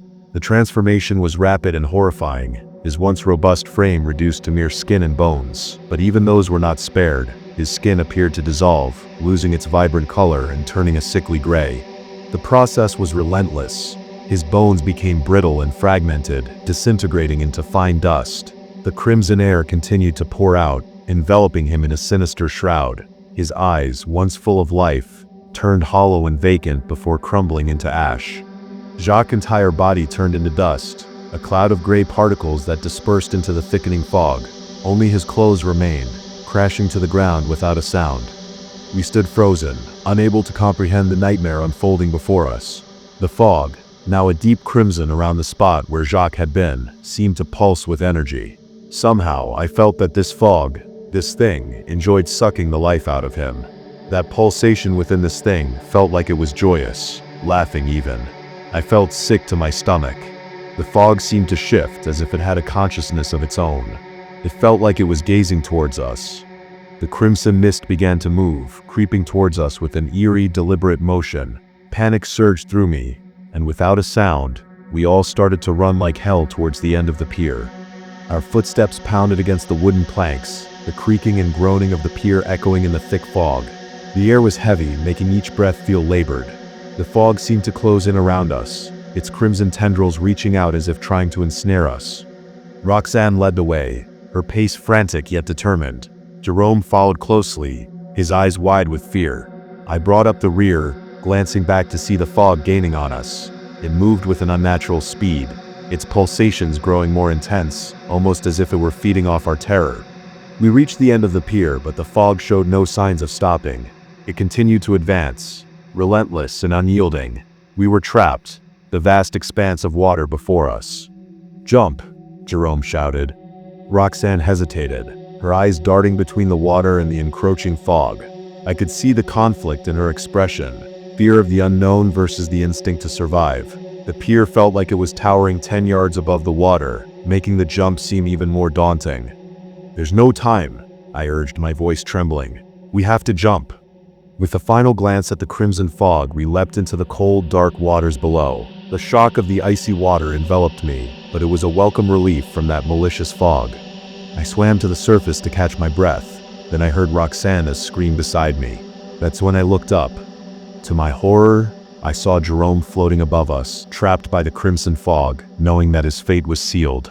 My survival instincts kicked in, and I swam towards Roxanne, yelling at her that we needed to get out of here, swim to the village. But she didn't listen. She was still frozen in place. I forced her to come with me. I grabbed her hand and started to swim towards the shore, pulling her along. The icy water stung our skin, but the adrenaline kept me moving. The fog did not chase us yet, seemingly busy with Jerome. Roxanne finally snapped out of her daze and began to swim alongside me. We pushed through the water, our strokes frantic and desperate. The shore seemed so far away, but we couldn't stop. We had to escape. It seemed that we were halfway there, but as I looked back, I could see the fog expanding at an ungodly rate. It began to spin, seemingly forming a crimson vortex. The water around us now seemed to fight us, creating waves in this once calm area. I heard thunder and lightning behind me, except it sounded off, metallic and unnatural. Despite the sudden violent changes in the water, I swam, and I kept swimming. My muscles burned, and my lungs screamed for air, but I couldn't stop. Roxanne was right beside me. The shore seemed to inch closer, but the waves continued to batter us, each one threatening to drag us under. The metallic thunder continuously screamed into the night. Finally, with one last burst of energy, I reached the shore. I collapsed onto the sand, gasping for breath, my body trembling from exhaustion. After a few seconds, I looked around, and to my dismay, I didn't see Roxanne. She wasn't here. I called out her name, hoping that she would respond. I waited for a minute, which felt like hours. I could see that the crimson vortex did not chase us. It was still there at the end of the pier, but it had expanded to such an ungodly size that it seemed to engulf half of the pier. My panic must have gotten the best of me. I reasoned that Roxanne may have gotten here first and was seeking safety in the village. I quickly scanned my surroundings and noticed that the fog along the shoreline was a natural white. Taking my chances, I rushed into the village, hoping to find Roxanne and a way out. I found my car in the lot near the shore. Sadly, since I swam for my life, my fob in my pocket was damaged from the water and I was unable to open the door. I decided to venture further into town to see if there were any survivors. As I kept walking, I could see items scattered along the ground and clothes covered with dust all over. This was a terrible scene. I hoped that these folks' suffering didn't last long. The bar door seemed open, inviting me in. I rushed into the bar and quickly scanned it. The scene was just the same. Broken glass, tables and chairs knocked over, dust-covered clothes all over the floor. I hoped the dead could forgive me, but my survival instincts kicked in. I started going through the clothes, hoping to find car keys. At last I found them. A pair of pants behind the bar counter contained a set of keys. I prayed to God that the thing was not in town, and I decided to go to the lot and look for the car that would hopefully respond. A pickup truck in the shore parking lot briefly beeped to life, responding to the fob's call. I immediately rushed to it, afraid that the fog would suddenly become aware of my presence. I opened the driver's door but paused before I could get in. I had to check that Roxanne made it. I couldn't live with myself if she was still out there. I quickly walked around and checked my surroundings. The pink fog was still there. It hadn't moved a bit. I scanned for a few seconds. Just before I gave up, I saw her. She was on the beach, washed up by the waves. My heart dropped. I rushed towards her. I checked her pulse but couldn't tell if she had one. Then I checked her breathing. I felt the faintest amount of hot breath hit my hand. She was still alive. Hope immediately surged into me. I carried her gently from the sands and made a dash towards the truck, fighting every aching muscle in my body. I almost stumbled a few times due to exhaustion, but I finally made it. I gently laid her in the passenger seat and buckled her seatbelt. Then, I dashed towards the driver's side. After positioning myself in the driver's seat, I started the engine. It was loud. Really loud. I could hear the engine roar. It sounded like the previous owner had upgraded it. Then, I saw movement in front of me, from the vortex. It stopped rotating. Thunder and lightning ceased. It looked like a large fog instead. Then, it began to move, towards us. I drove out of that lot like a bat out of hell, not without hitting a few cars along the way. It felt like it was closing the distance fast. I was sure that we were done for, but after minutes of driving, which felt like hours, the fog stopped following us half a mile or so after exiting Port Kellingdale. I breathed a sigh of relief, knowing that the threat was gone. I drove non-stop to Argyle, which was another 10 minutes away. I took her straight to St. Paul's General Hospital. The hospital staff treated both of us well. However, Roxanne appears to be in a coma still. It was very kind of them to put us in the same room, with my bed closest to the door and hers closest to the window. The police arrived an hour or so later after I called them. Just one officer though, Officer Dave. Nice fellow, a little chubby but seems to have a sharp mind. I told him everything that I saw, as unbelievable as it may be. I told him about the fog, how it killed people by sucking the life out of them, the clothes on the ground, the dust. Hell, I even told him that the car wasn't ours, but I took it trying to escape the danger. I thought he was going to laugh at me or put me in jail, but he said they hadn't heard back from either Janet or Pierce from their nightly patrols. On top of that, he hadn't heard back from his parents. Considering how wild my story was, I don't think he believed me fully, but he believed that there was a real threat, which was enough for me. He told me that he would organize a patrol of 5 or so people and investigate the town. I begged him not to go. I told him again and again about the danger that lurks there, but he didn't listen. He left the room, determined to do his duty. All I can do is pray that he and his team will make it out okay. Before he left, he advised me to stay in town for a day or two to sort things out. That's okay with me. I won't be leaving this hospital bed anytime soon. As I was about to fall asleep, I could hear Roxanne muttering in her sleep. I looked her way and saw that she was moving restlessly in her bed. She spoke phrases that I didn't understand. The one that stood out to me was world within worlds. I am not sure what that meant, but I am very concerned about her well-being. I pressed the nurse's call button, requesting aid as I could see her restlessness was getting worse. Hopefully it's nothing serious. She keeps muttering that it's inside me. I really don't know what that means, but I am utterly afraid of the implications of that phrase. Just then, a few nurses entered the room, attempting to treat Roxanne's restlessness. They moved quickly and efficiently, checking her vitals and administering medication to calm her down. I watched anxiously, hoping that she would be okay here. But the fear gnawed at me. I am afraid that she will only get worse, and I don't know what to do.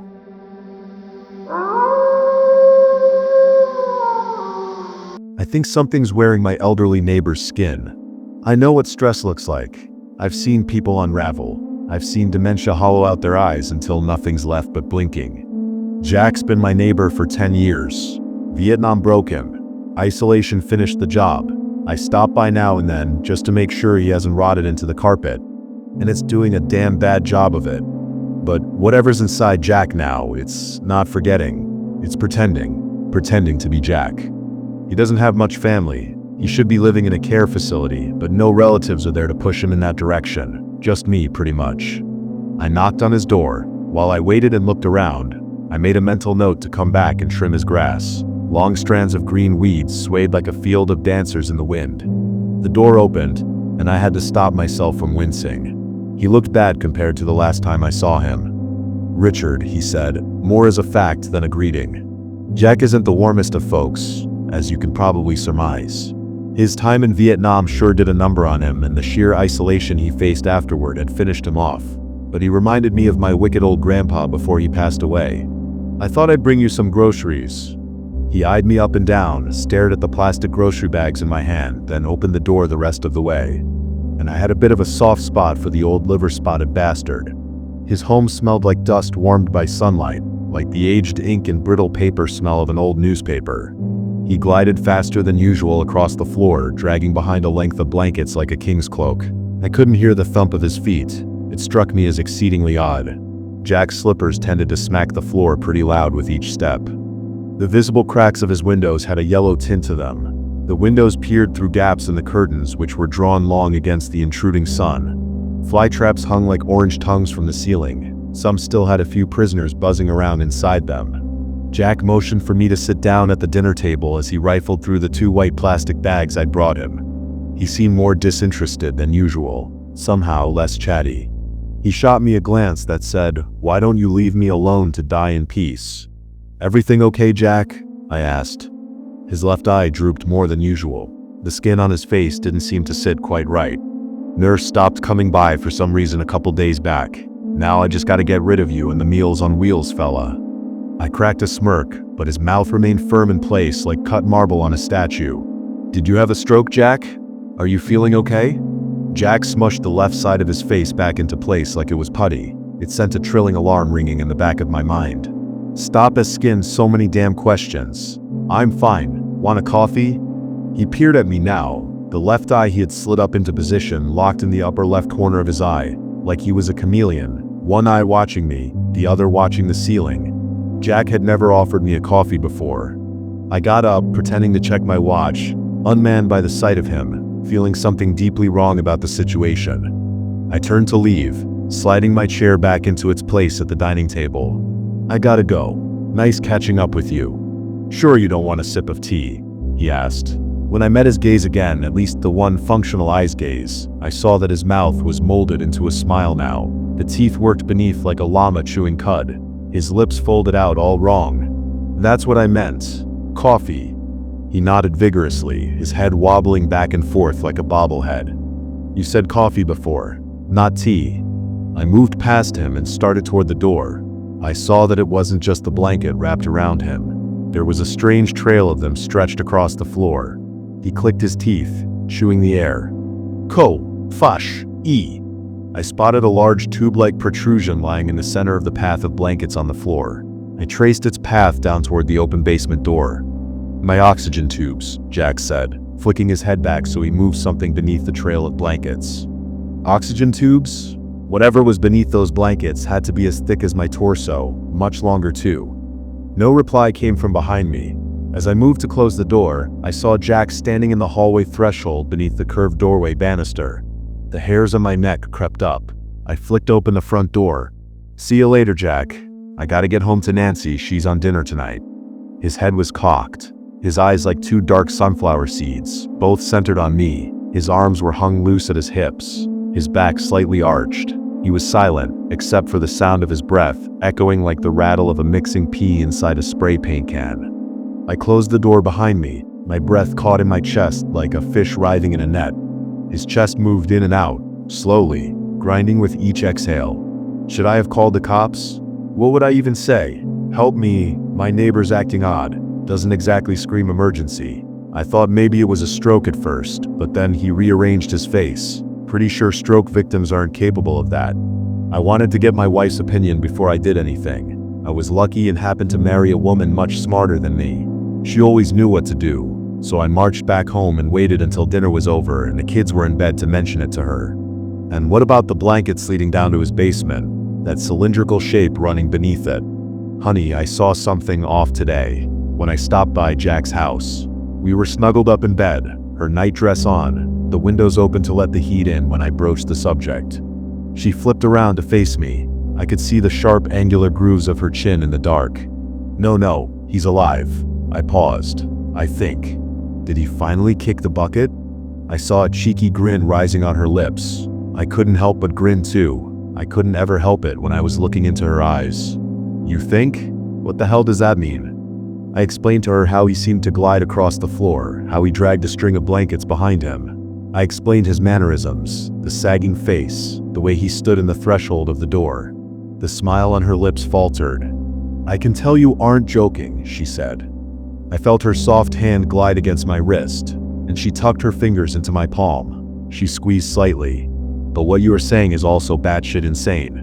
No. I don't want you anywhere near that place until I figure out what's wrong." "So you don't believe me?" I said, peering into her eyes, the warmth of her body pressed against me. "I didn't say that," she affirmed. "It's just bizarre. We'll stop by tomorrow evening together." "You shouldn't have told me about it then," she said, pressing her forehead into mine. "I'm sure as hell not going to let you wander into some oozing zombie's house without me there to protect you." Her grin grew larger. "Okay, but you stay near the door." "We aren't going to go inside," I said firmly. Between sips of black coffee and Excel spreadsheets, my thoughts drifted back to Jack, to the misaligned drooping curve of his chin and the way his body glided across the floor. Full body shivers erupted from me, like I just slipped out of a freezing pool. Nancy's mind is very literal and mechanical. She needs to chew on data and facts before she can really sink her teeth into a concept. But beneath that, she never doubted me. She just needed to confirm things for herself. That's what makes her so damn smart. I fell into a quiet sleep and awoke the next morning, readied myself for work and spent the day in the office. We walked over, 4 houses down. A dog barked in the distance. The wind whistled through the leaves of a large oak in his yard. A car I didn't recognize sat parked out front. It appeared I'd missed it the day before when I'd stopped by. The time came when I packed up my things from the office into my briefcase and drove home. It was about 6 p.m. My wife was home a couple of hours before me. Shed sent the kids to a babysitter for the evening. Shed prepared a lasagna to bring over to Jack's. It was her way of building a valid excuse to go over and see the cranky old bastard. Personally, I'd have just marched over there, but Shed already cooked it. There was an atmosphere of unease around his home. I assumed it was just in me, but I saw the look on Nancy's face and immediately knew it wasn't. She held the lasagna with one hand and slid the other around my wrist. I rang the doorbell. Minutes of silence passed. I peered in through a window, but the curtains had been drawn tight. "Stay out here, please," I asked her, and she gave me a raised eyebrow in response. We turned to walk away when the door flicked open. I peered my head inside. I opened my mouth to say something, but it died in my throat when I saw an empty living room. Somewhere deep in its wooden bones, the house groaned. She felt the heat from my gaze now, the seriousness in my voice. "I'm not letting you go in there by yourself," she said sternly. "Please, something's wrong here. I mean really wrong. I don't feel good about this." "Okay, fine, I'll stay out here." She gave in, a little at first, then all at once, with a shake of her head. "If I hear so much as a squeal from you, I'm calling the cops," she said, wagging a finger in my face. I planted a kiss on her forehead and wandered inside. I noticed she kept it propped open with the heel of her foot behind me. I saw the blankets now, scattered about in heaps, mixed with spread out towels and sheets, encompassing the entire first floor. It was bizarre. Perhaps Parkinson's, dementia, Alzheimer's? The house smelled more humid than it had yesterday. Like a film of pungent, musty residue clung to my skin as I crossed further inside. Like I was a curious little fish wandering into a much larger catfish gaping mouth. I crossed past the basement door, and I nearly tripped over a large vertical lump beneath the ocean of fabric blocking the narrow corridor between the living room and kitchen. I saw that the lump subtly moved beneath the fabric. I saw that it extended far out of the basement door. Jack was inches away. I turned to rush back, and Jack was immediately to my left, filling a vacancy leading past the dining room and into the hall leading to Jack's bedroom. That crunching of sticky lungs exhaling, the sensation of hot breath on the right side of my neck. His body rattled slightly like a shaking hand. I flicked my glance over. Jack's head was a puffy ruin, sagging flesh, like someone pressed 2 eyes into a ball of dough. His clothes hung wrong on his body. One arm was much shorter than the other. Jack was enrobed in blankets like a cocoon. He lifted a drooping hand and pointed toward the basement. He lifted the other, and with unsteady fingers he tore apart fleshy seams where his lips melded together, revealing his sunken teeth. "Kobe? Me?" His teeth clicked like he was chewing on the words. "Base. Click meant." He was moving closer now. I watched a trickle of blood run down his folded cheek from the 2 bleeding sections where he'd pried his lips apart. I thought I heard the ever so slightest hint of a female scream. I twisted my head toward the basement door. "Richard?" Nancy called from the front door. "Everything okay in there?" Jack cracked his neck in Nancy's direction. I heard a series of 3 shuddering pops reverberate from his vertebrae. His neck bulged with knobs of bone the size of golf balls. "Someone. L. C." The click of teeth. A predatory sort of drag in his voice. his tiny marble eyes centered over my shoulder onto Nancy. Jack didn't move to intercept me, but I saw his drooping head peer from around the corner behind us. The mass beneath the blankets led to Jack, and it ruffled the edges of the blankets almost imperceptibly. I slid past him, taking advantage of the momentary pause. I caught a smell of mulch, rotting leaves, a compost pile. I also saw that Jack's skin was glistening slightly. Nancy set the lasagna inside the doorframe and pulled me outside. She took one last look at Jack and then closed the front door behind us. "What the fuck?" she asked, looking up into my eyes. "I mean, what the fuck? Is he having an allergic reaction? Do we call the cops?" I forcefully pulled her from the door. Noticing something red in her hand, I lifted up her wrist when we were halfway across the yard. "What is that?" I inquired, pointing toward the slipper, still shaken from seeing Jack's melting face. The way he peeled apart the flesh where his lips once were, like he was shaping clay, bleeding clay. Jack has lived alone for over 40 years. "It's a slipper, a woman's slipper." I eyed it with a hint of concern. As we crossed the street, I recalled something Hid told me yesterday. Nurse stopped coming by for some reason a couple days back. Stopped coming by? I took the slipper from my wife's hand. I saw the way her fingers trembled. The nurse's shoe. A woman's shoe. And if Shed left her shoes there, was that her car out front? The blue Nissan sitting on the curb.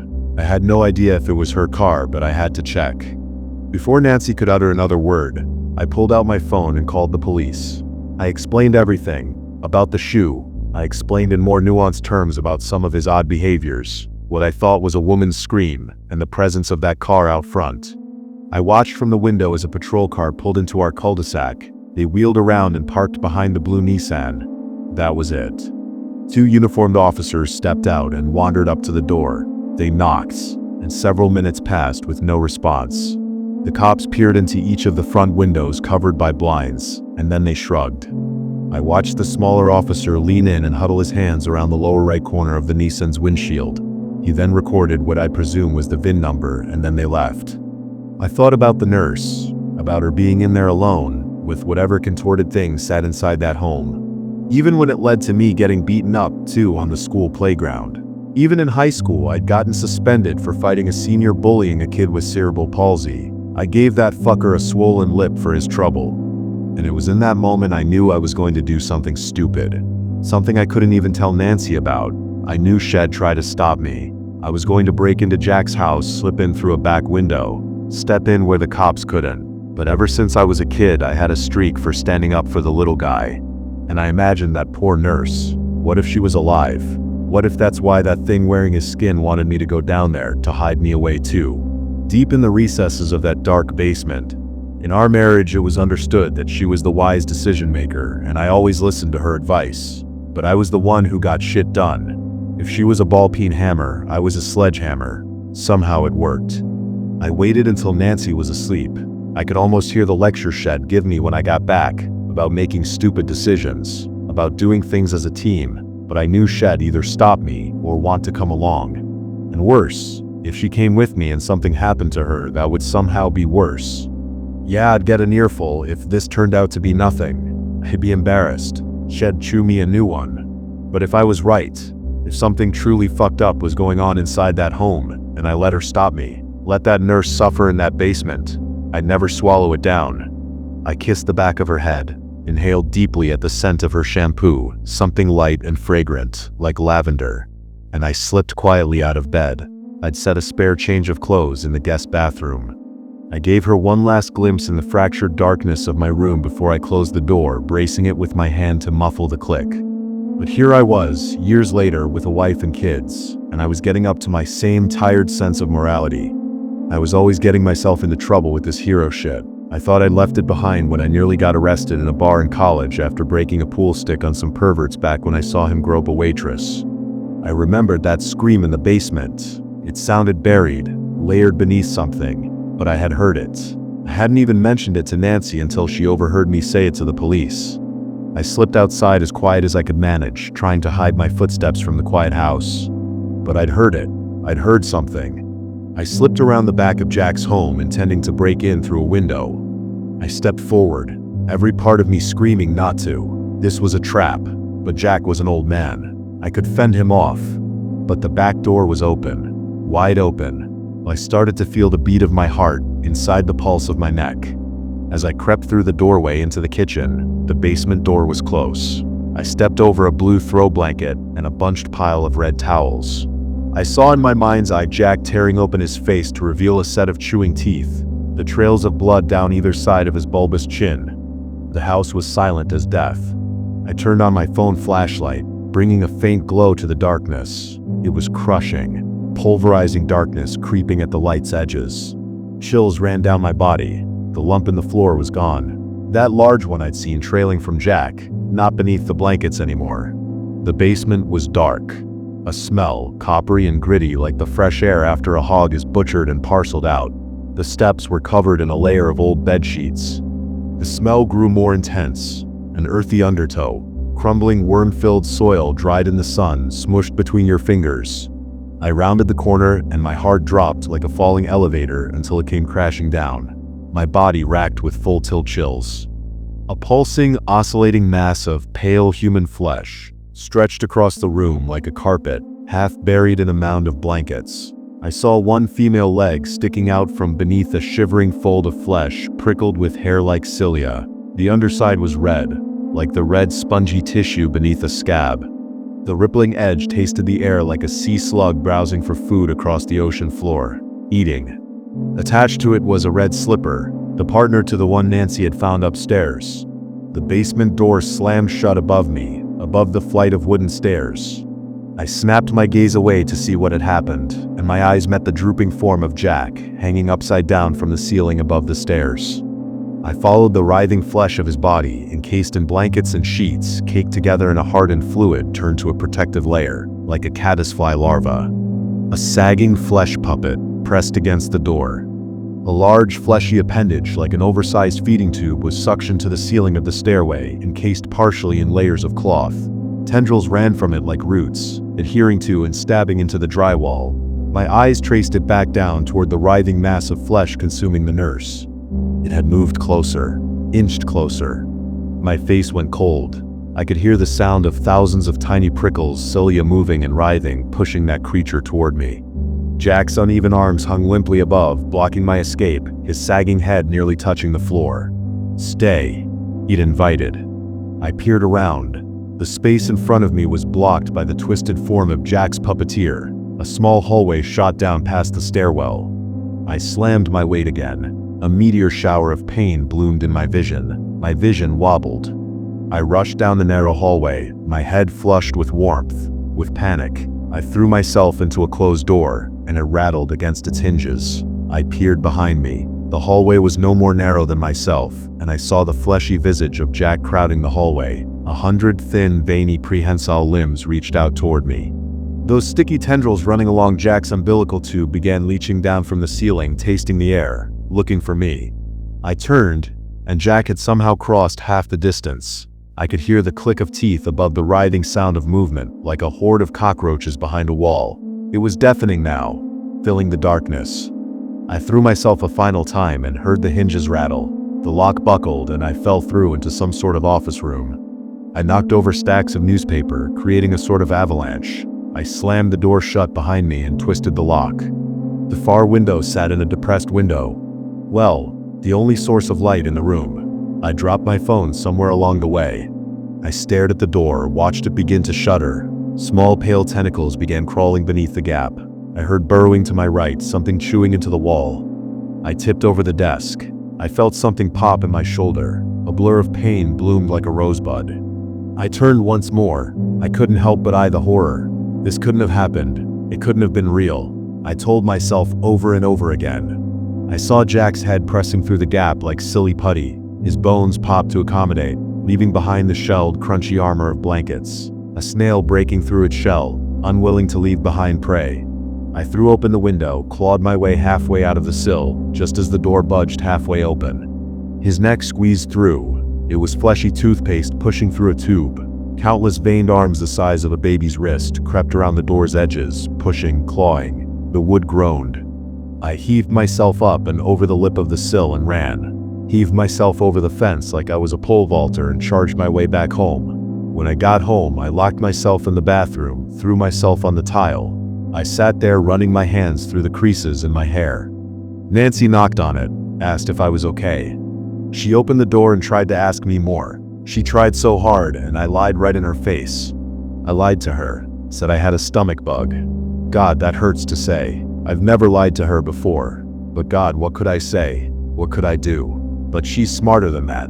Always has been. She'll get it out of me one way or another. And that wasn't even the worst part. It's the frown I saw carved deep in the groove of his mouth. The pleading look in those beady insect eyes. I can't stop imagining the visage of Jack, the man I'd once known, squeezing through a gap in the partially open door the size of my fist, unhinging his being, sliding apart his bones. Like there was a piece of him still left in there.